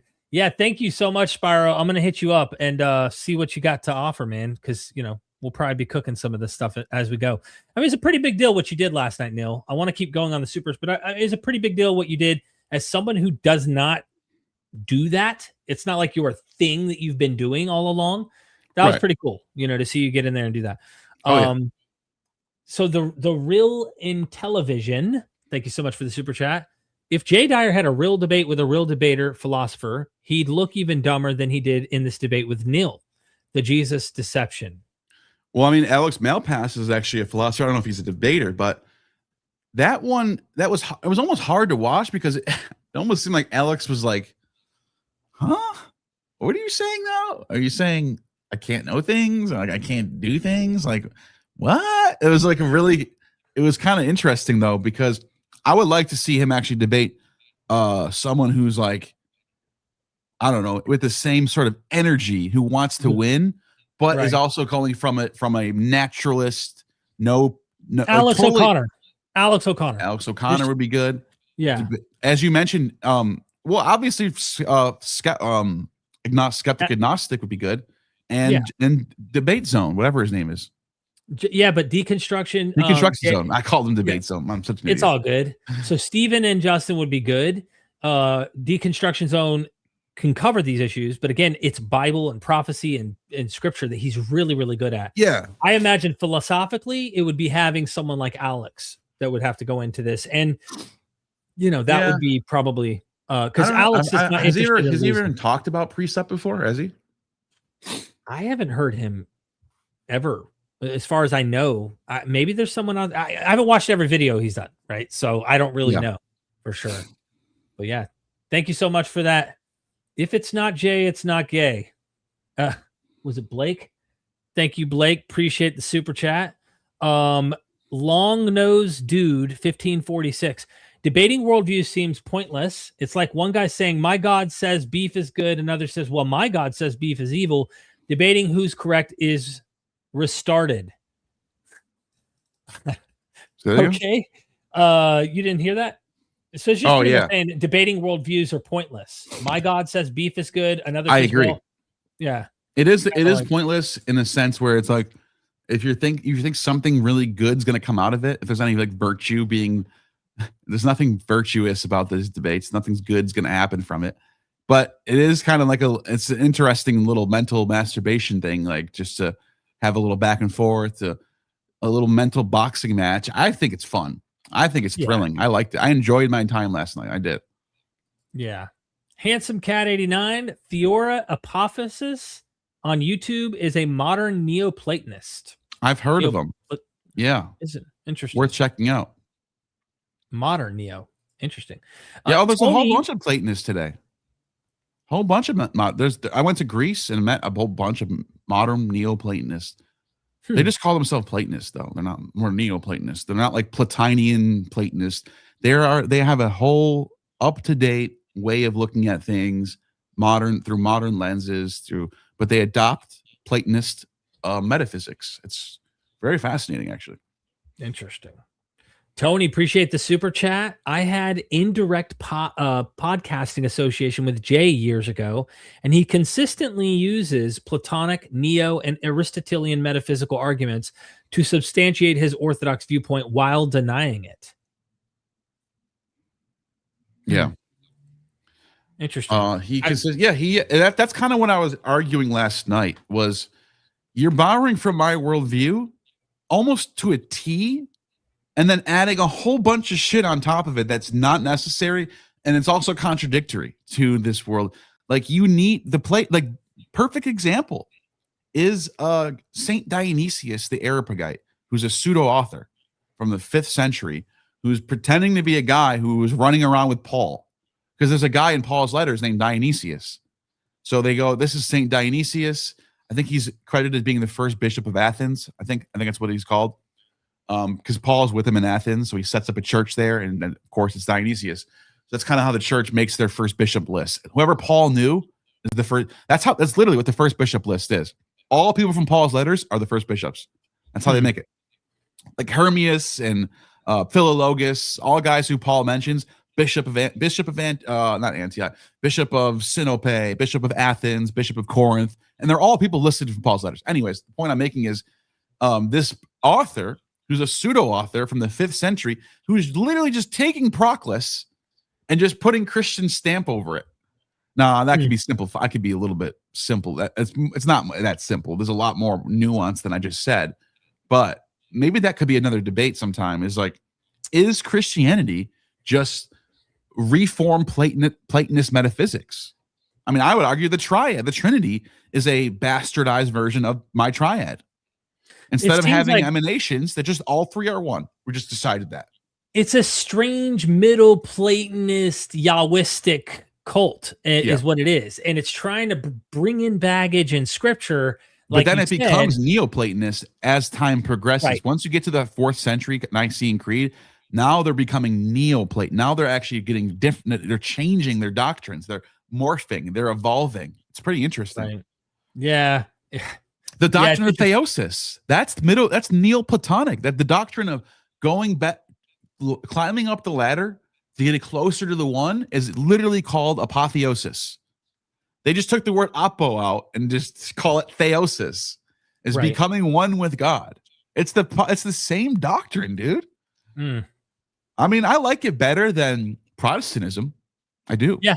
I enjoy Orthodox theology. I think it's well thought out. I think it's the best version of Christianity. I honestly think that. Catholicism too. I mean, I don't mind it. I think I get it. When I was in Athens and I was at the Pascha, which we call Easter, and I saw the people and I saw their emotions and I saw how serious they take this. So at midnight, so that we're going for 3 hours, reading Greek and hymns, and everyone's going like this, and they're all feeling it. They're all speaking Greek, and they're doing liturgy and homilies, and they're all singing, and the priest is doing liturgy, and they're all getting into it, and they're singing and all this great singing. They have a whole choir of men that are singing. And then at midnight, they shut all the lights off. It's completely dark. I'm like, whoa, I'm filming this. Because we had special access. We interviewed the priest for Stephen's channel. Stephen has it on the channel. I'm the one who filmed it. That was the next day or the day before that, I think. But we filmed the Easter, and we filmed the interview between him and the Father Evangelos. Yeah.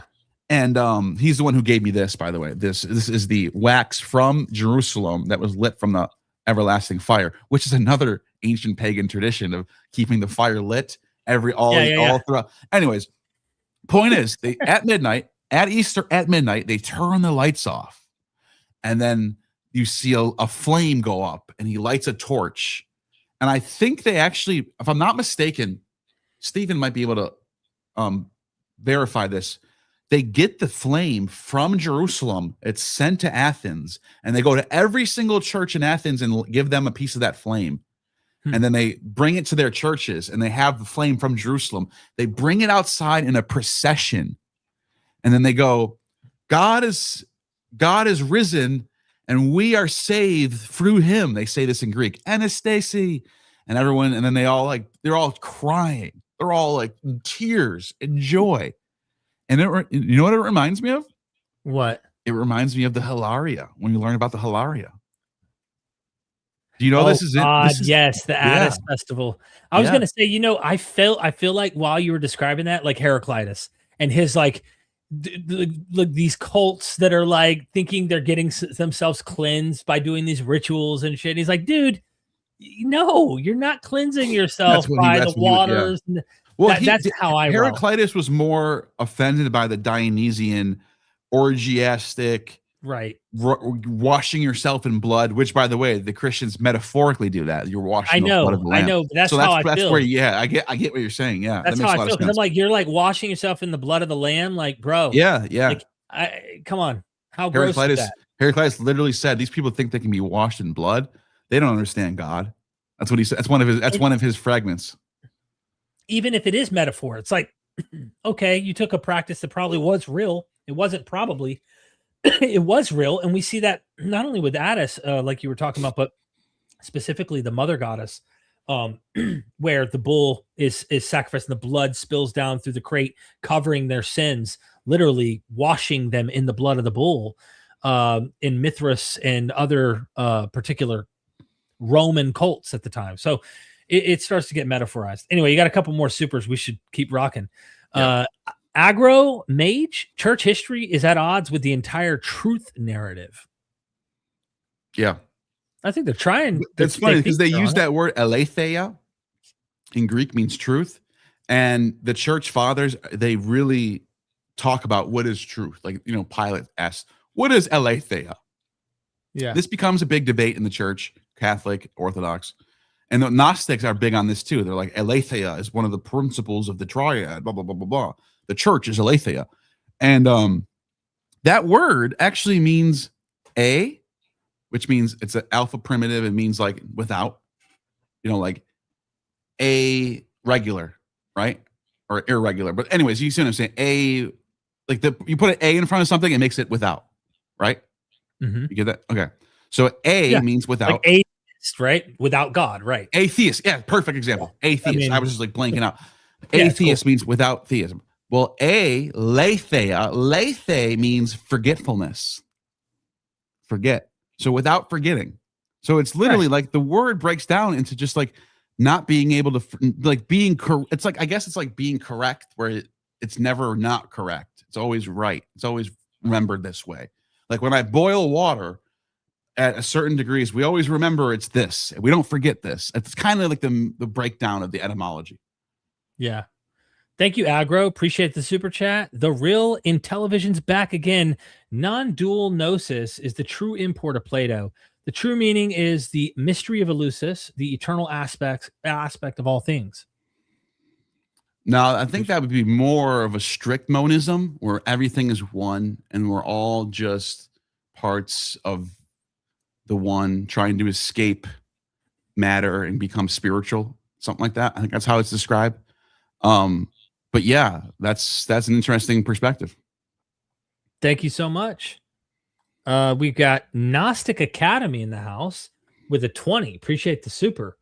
The Bible is astrological. The ark equals Argo Navis. Dove equals Columba.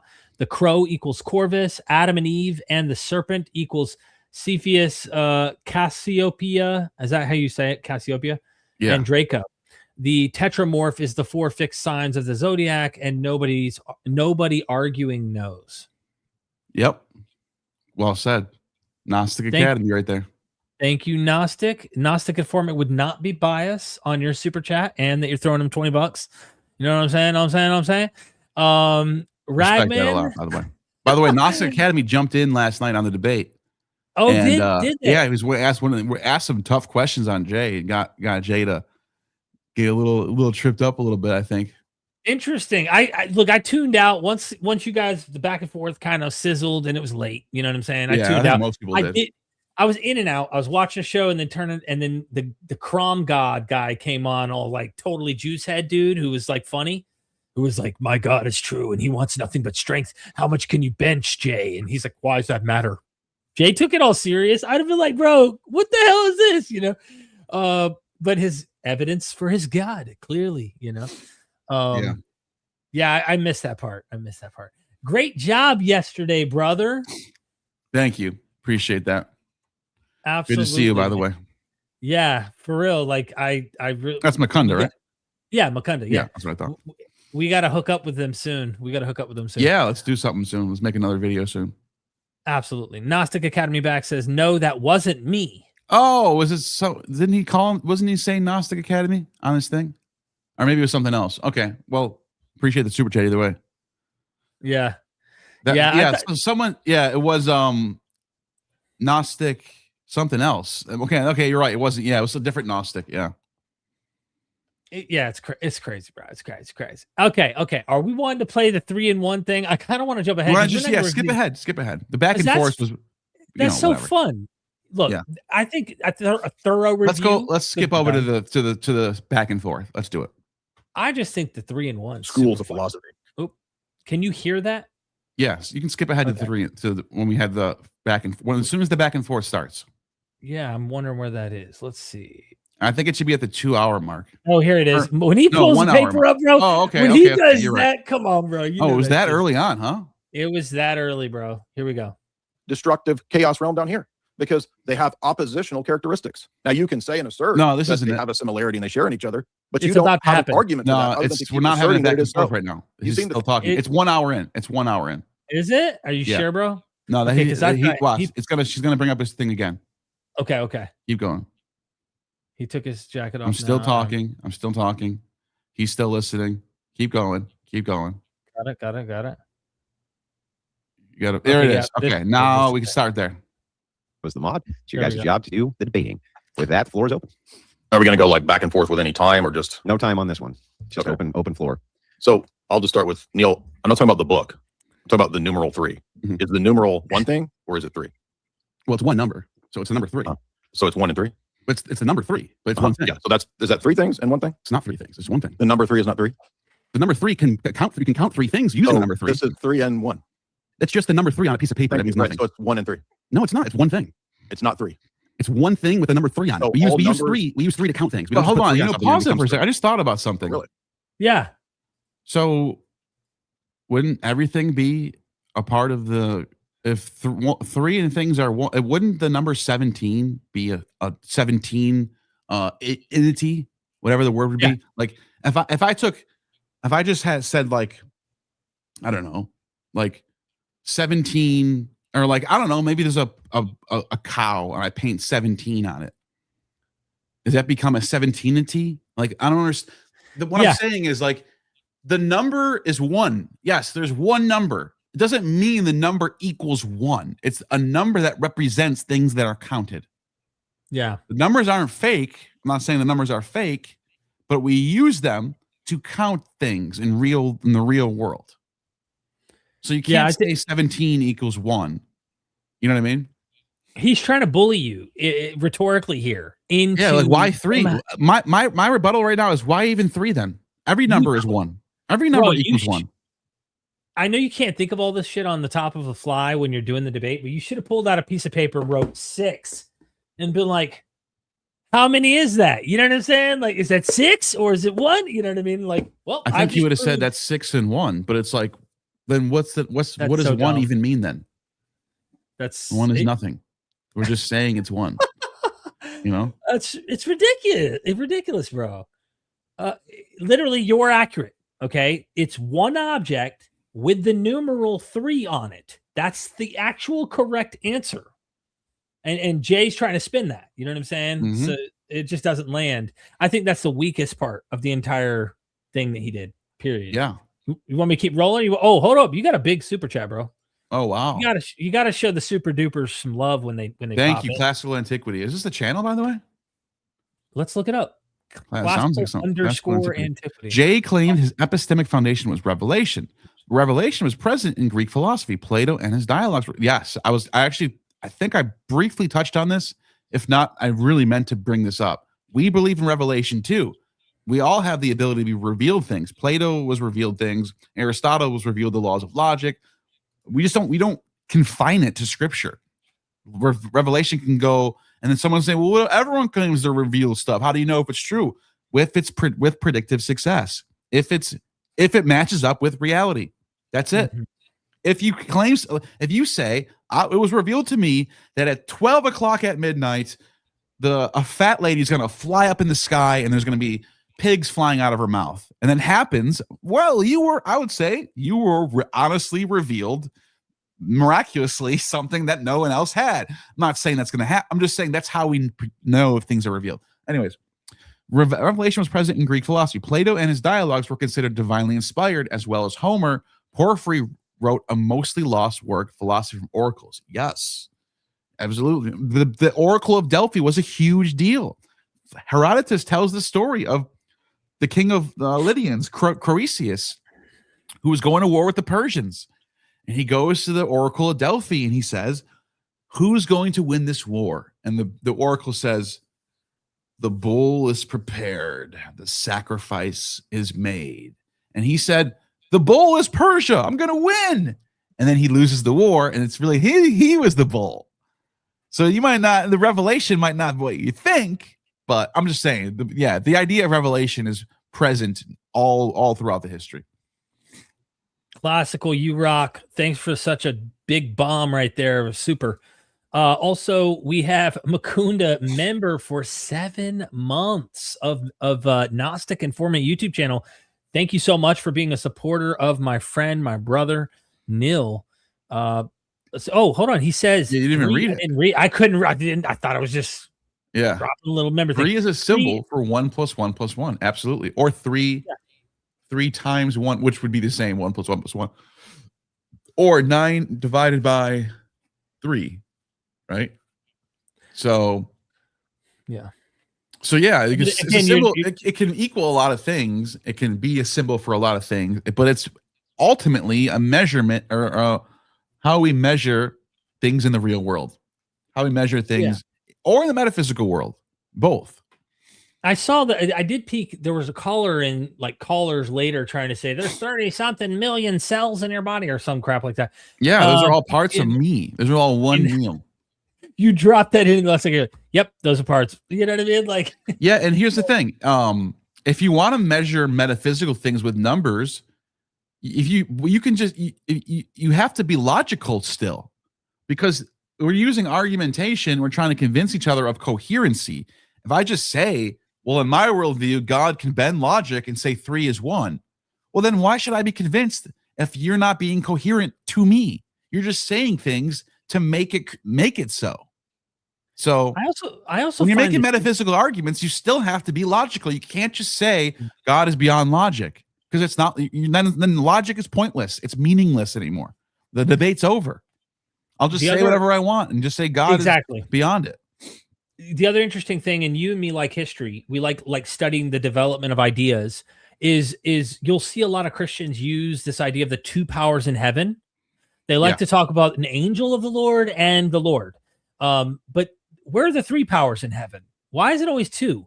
And you know what I'm saying? Like, help me out here. You snuck in a third buddy. You know what I'm saying? Yeah, because they use the Platonic mediator, which is the spirit that intermediates between the dyad.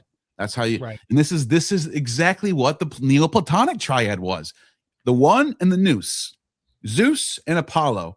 But then there's the intermediary spirit that goes back and forth, and it's more fluctuating, and that's Dionysus, and that makes a triad. It makes a trinity. That's what they're literally using that to make their trinity. But they do it. They just do it. They just make them all one. Why? Because the Neoplatonists didn't care about monotheism. They didn't have to make sense of the Old Testament, whereas the Christians have to somehow account for the Old Testament God being one. All throughout the Old Testament, it says God is one, God is one, God is only one. So they have to make that fit the model. So what do? They come up with a model that says, well, these 3 are actually just one. Problem solved. Yeah. So that's it. That's why the Neoplatonic triad doesn't say these 3 are one. They say these 2 are emanations from the one. They have the same essence, but they have their different parts. They're adopting that, but they're just making it. They're just going a little more radical with it. Thank you, Mukunda. I was going to say, did you want to keep reviewing some of this 3 and 1? Yeah, we can just continue on the 3 versus 1 thing that we were just on, and then we can close out in like what? I don't know, half hour, something like that. We can, yeah. It's up to you. Let me pop it up. I just think he keeps, dude. I swear, it felt like 10 minutes. Funny to watch. This is funny to watch. Let's watch. All right. Yeah. Okay. So all numbers are only one thing. This has a bunch of numbers on it. Does that make it the numbers? Well, again, whether you think it has ontological existence or not is different from the fact that the number 3 is not just 1; it's also 3. But it's one thing that has the number 3 on it. That's literally what does the number 3 signify, Neil? 3. Thank you. But that doesn't make the number. That doesn't make that 3 things. That's just what the number says. This is also a signifier, right? Yeah, but you gave me that. 1 and 3 are signifiers, right? If you gave me that to signify 3, I would say 3 what? 3 books? Matter. Yes, it does matter. We're trying to be coherent here, right? Does it matter? That was the trick right there. So you're just saying 1 is 3. Great. Yeah. Right? Well, does it matter what? Because if you're telling me there's 3 here, That's information, right? 3 is information. What are you conveying? 3 what? You can't just say, here's 3 and it's one symbol, so it's 3 and 1. I get what you're trying to do. I get the argument, but it doesn't mean anything. It doesn't actually convey anything. It's not representing anything in reality. You understand what I'm saying? Yeah. Yeah. Again, that he's trying to get you on a contradiction. You know what I mean? He's trying to say, you know, your answer proves you've admitted you made a contradiction here. And he doesn't stop. He doesn't stop. You know what I mean? What do you do, man? It's funny. It's me nowhere. No, I'm It's not saying it's convincing. 3 and 1. Are you fundamentally unable to understand that? No, I understand what you're trying to say. It doesn't make sense though. Okay, then is the One number can't be 1 3. is the Either number 1 is 1 also or a 3 is 3. signifier? This is fundamentally stupid. Is the number 1 a signifier? Yes, Okay, how many is that? that's 1. Okay. How many is that one? That's a 1 and a 2. No, this. 2. Okay, so is this one object itself? Hold symbol on. itself? Hold on. You just pointed out there's 2 different numbers. Now you're saying, well, there's 2 things now. Right. I There's was just 2, trying you to know? make sure he wasn't trying to sneak anything by me there. I was just making sure. Yeah. Yeah. That's funny. The symbol is 2. Thank Okay, you. But Thank that's you. not, but you can't say that this book is now 2 things But now. one is also a symbol. I know, but the book So is it's still a, one you already thing. admitted it's a both and, Neil. No, you asked me what the symbol means. That was you slipped that in there at the end. Do you ever wonder what Andrew's thinking in this moment? Like, is he ever sitting here going, man, some of this I shit think- we believe is so stupid? I think Andrew thinks that the Trinity can be represented as 3 persons in one Godhead. I think he agrees with this, but I think he probably understands the criticisms and the skepticisms of the doctrine. I think he has a nuance. I think he's thinking of nuanced ways right now. That's my guess. Signifier. They're both. They're Nice signifying try. one. It didn't work. There's one object that's a signifier of 2 things. Right, but you're still holding one thing in your hand. I'm talking about the numbers, Neil. Not I know the the book. number means 2. I get that, but Okay, the but thing is in your the- hand is still one Neil, thing. this is fundamentally stupid. The number It is itself, the fundamentally stupid. numeral, You're the right. It symbol. is so fundamentally stupid. Okay, so this. What is this? That's the Roman numeral 2. And what is this? 2. Right. So they both refer to what? Those numbers, those symbols mean 2. Right. 2 Is what? this one thing as a whole? The number This is one 2. thing. The number Is means this 2. one thing on the page right here? It is one thing on the page, yes. Thank you. So it's One one symbol. in many. You just admitted it. But it's still one thing. Are you fundamentally stupid? You I'm just said asking it's you, also when you one say thing. one thing is 2, Fundamentally- you put number 2 on Yo, my head and say, I'm 2 One things and now. many is the point of this, that something can be singular and also many at the same time. For example, take an object like a book. Neil, is a book, does it have many parts? Yes, Okay, is it also one book?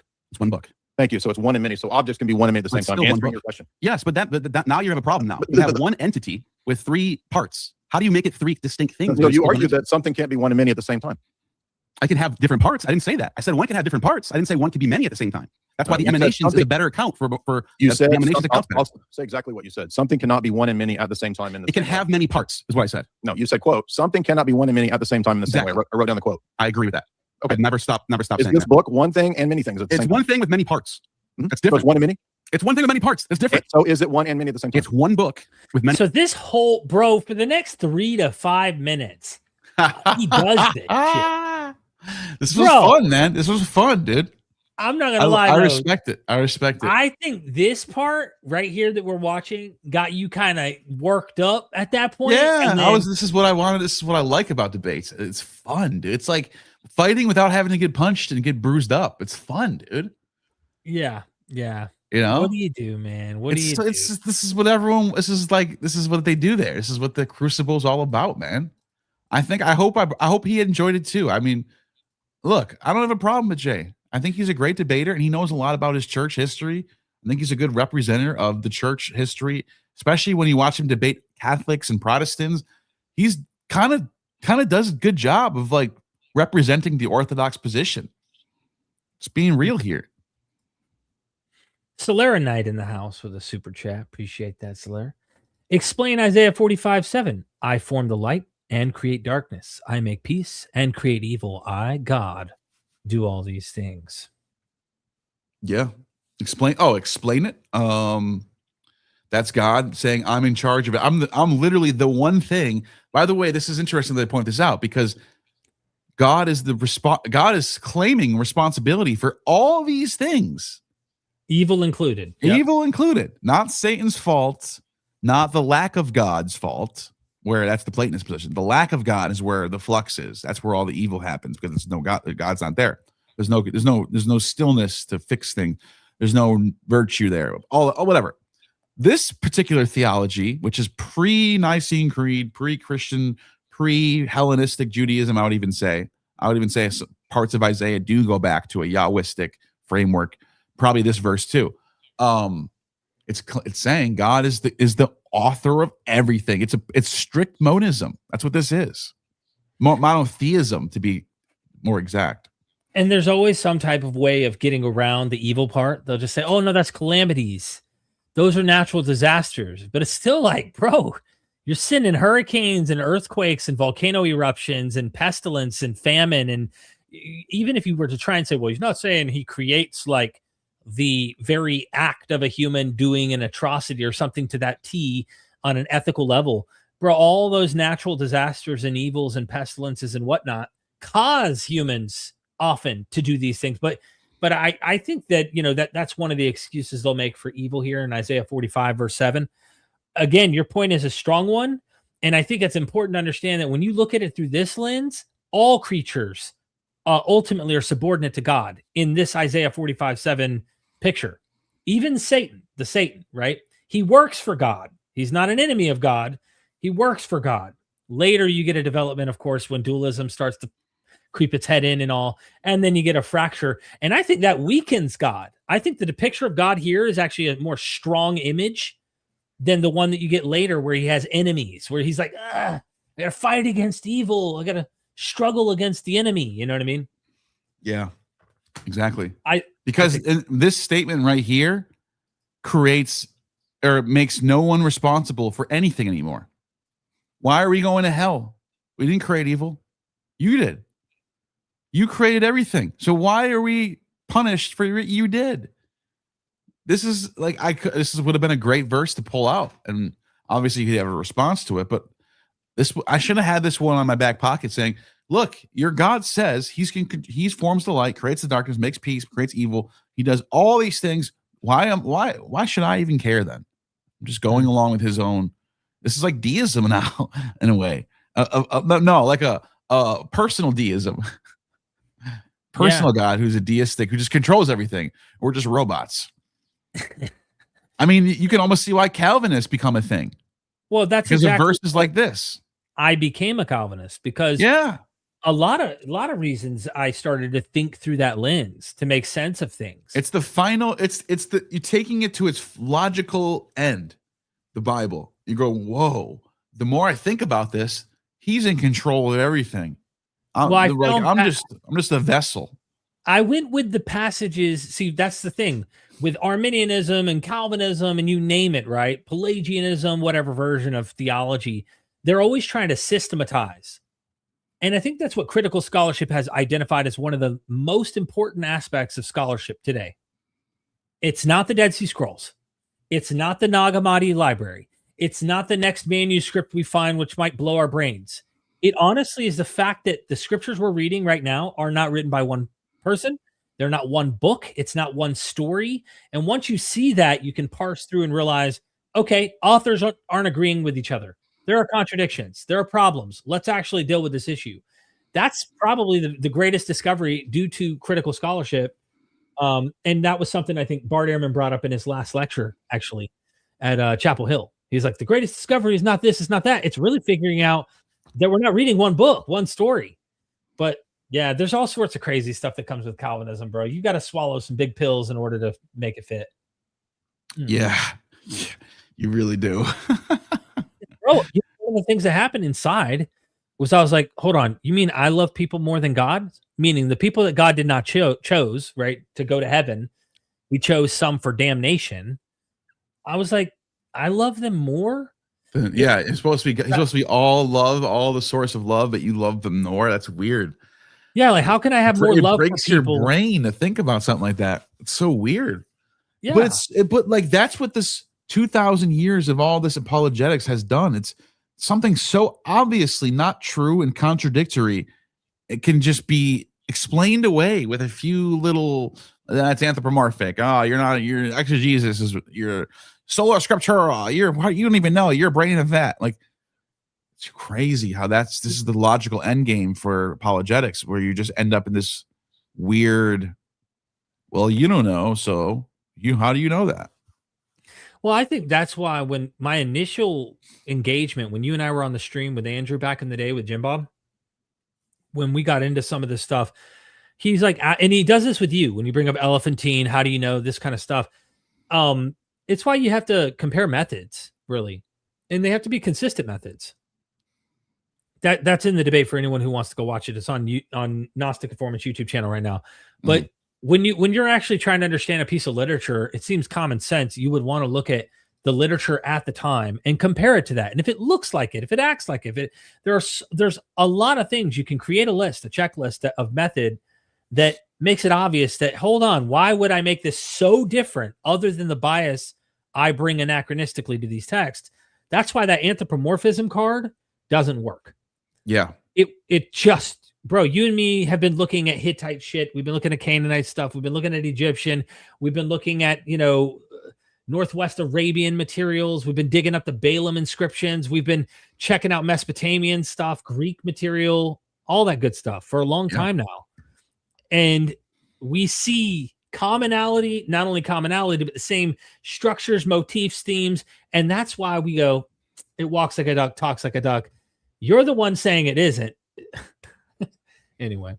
I agree. And that's basic deductive reasoning that you're pointing out there. And it's correct. It doesn't always mean, like, for example, Charlie Kirk, what happened with Charlie Kirk, not to get into too many details, but there was a movie that came out in like 2000 something where a dude named Charlie Kirkland gets sniped right in the same spot.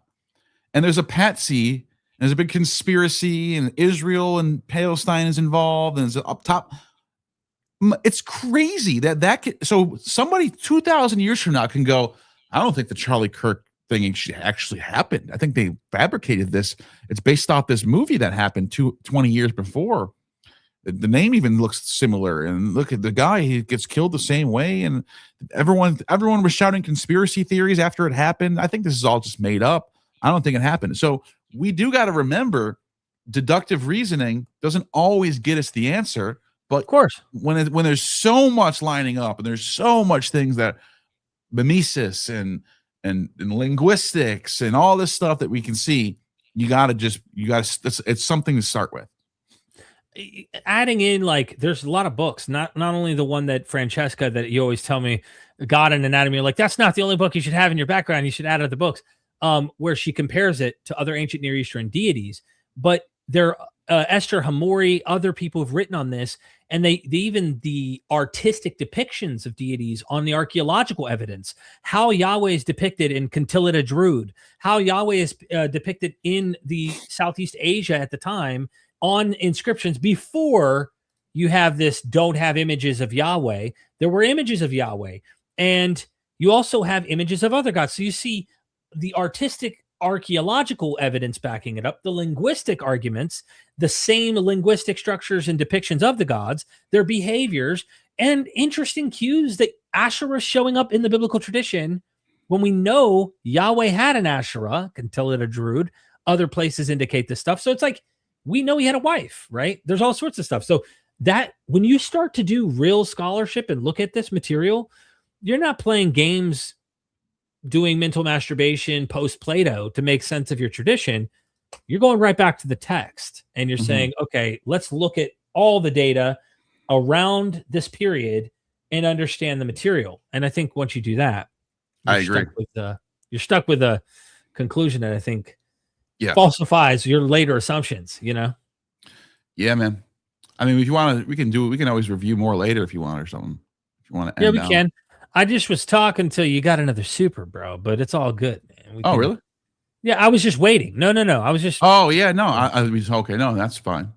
So, all right. Summing up for now, maybe we revisit it. At the end of the day, how do you think you did, Neil? Overall, I think I did good as I could have done. Obviously, there's not a single clip anywhere on the internet where someone got Jay Dyer to say, yes, you just convinced me. I changed my mind. It's not going to happen. He's never going to do that. He's good at sticking his ground and playing and just staying on the offense. He knows what he's doing. He knows how to debate. with that being said, I think I did as good as I can. I laid out my arguments, laid out my worldview without any inconsistencies, in my opinion. I didn't think I was anything incoherent about my worldview as far as my metaphysical arguments.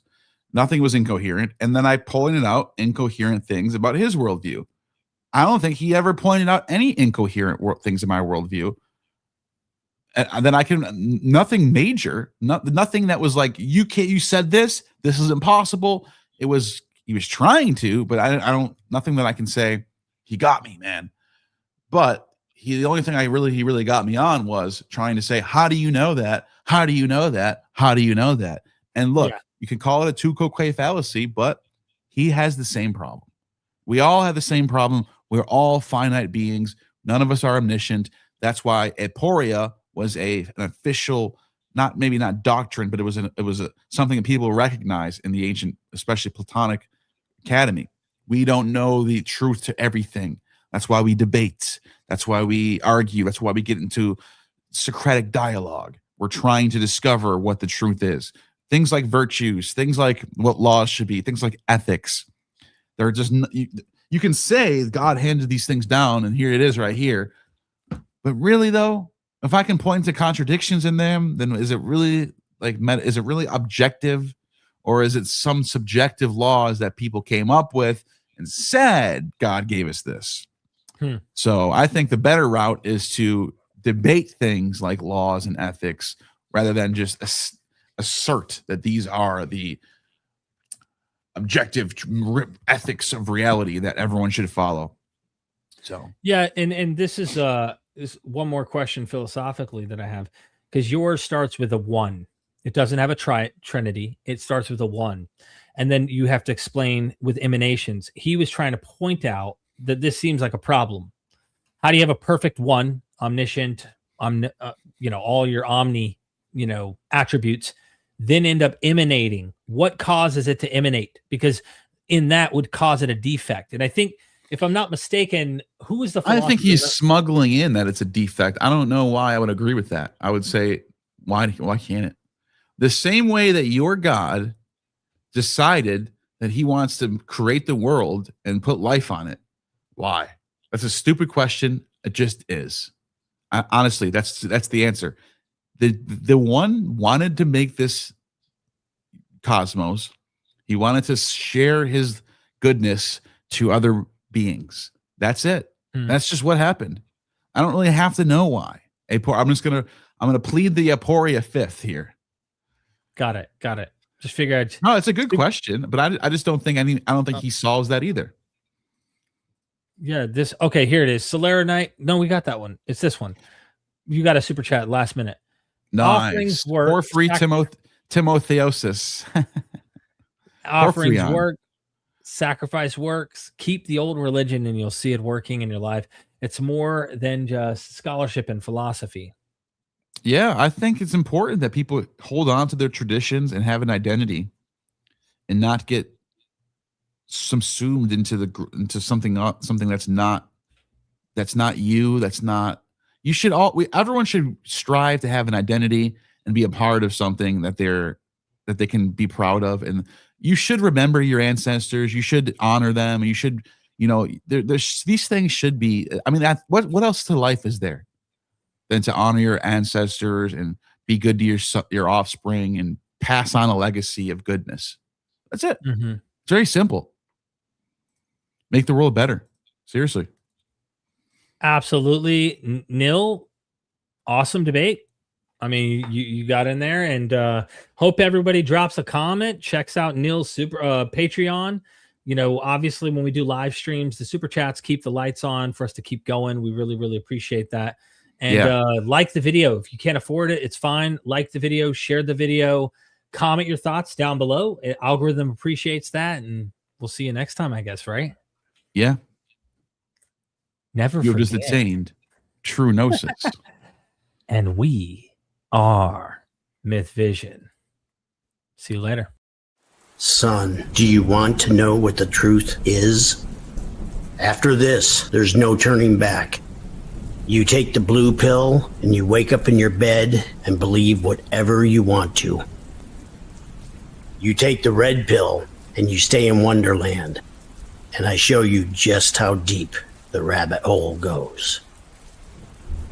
Remember, all I'm offering is the truth, nothing more.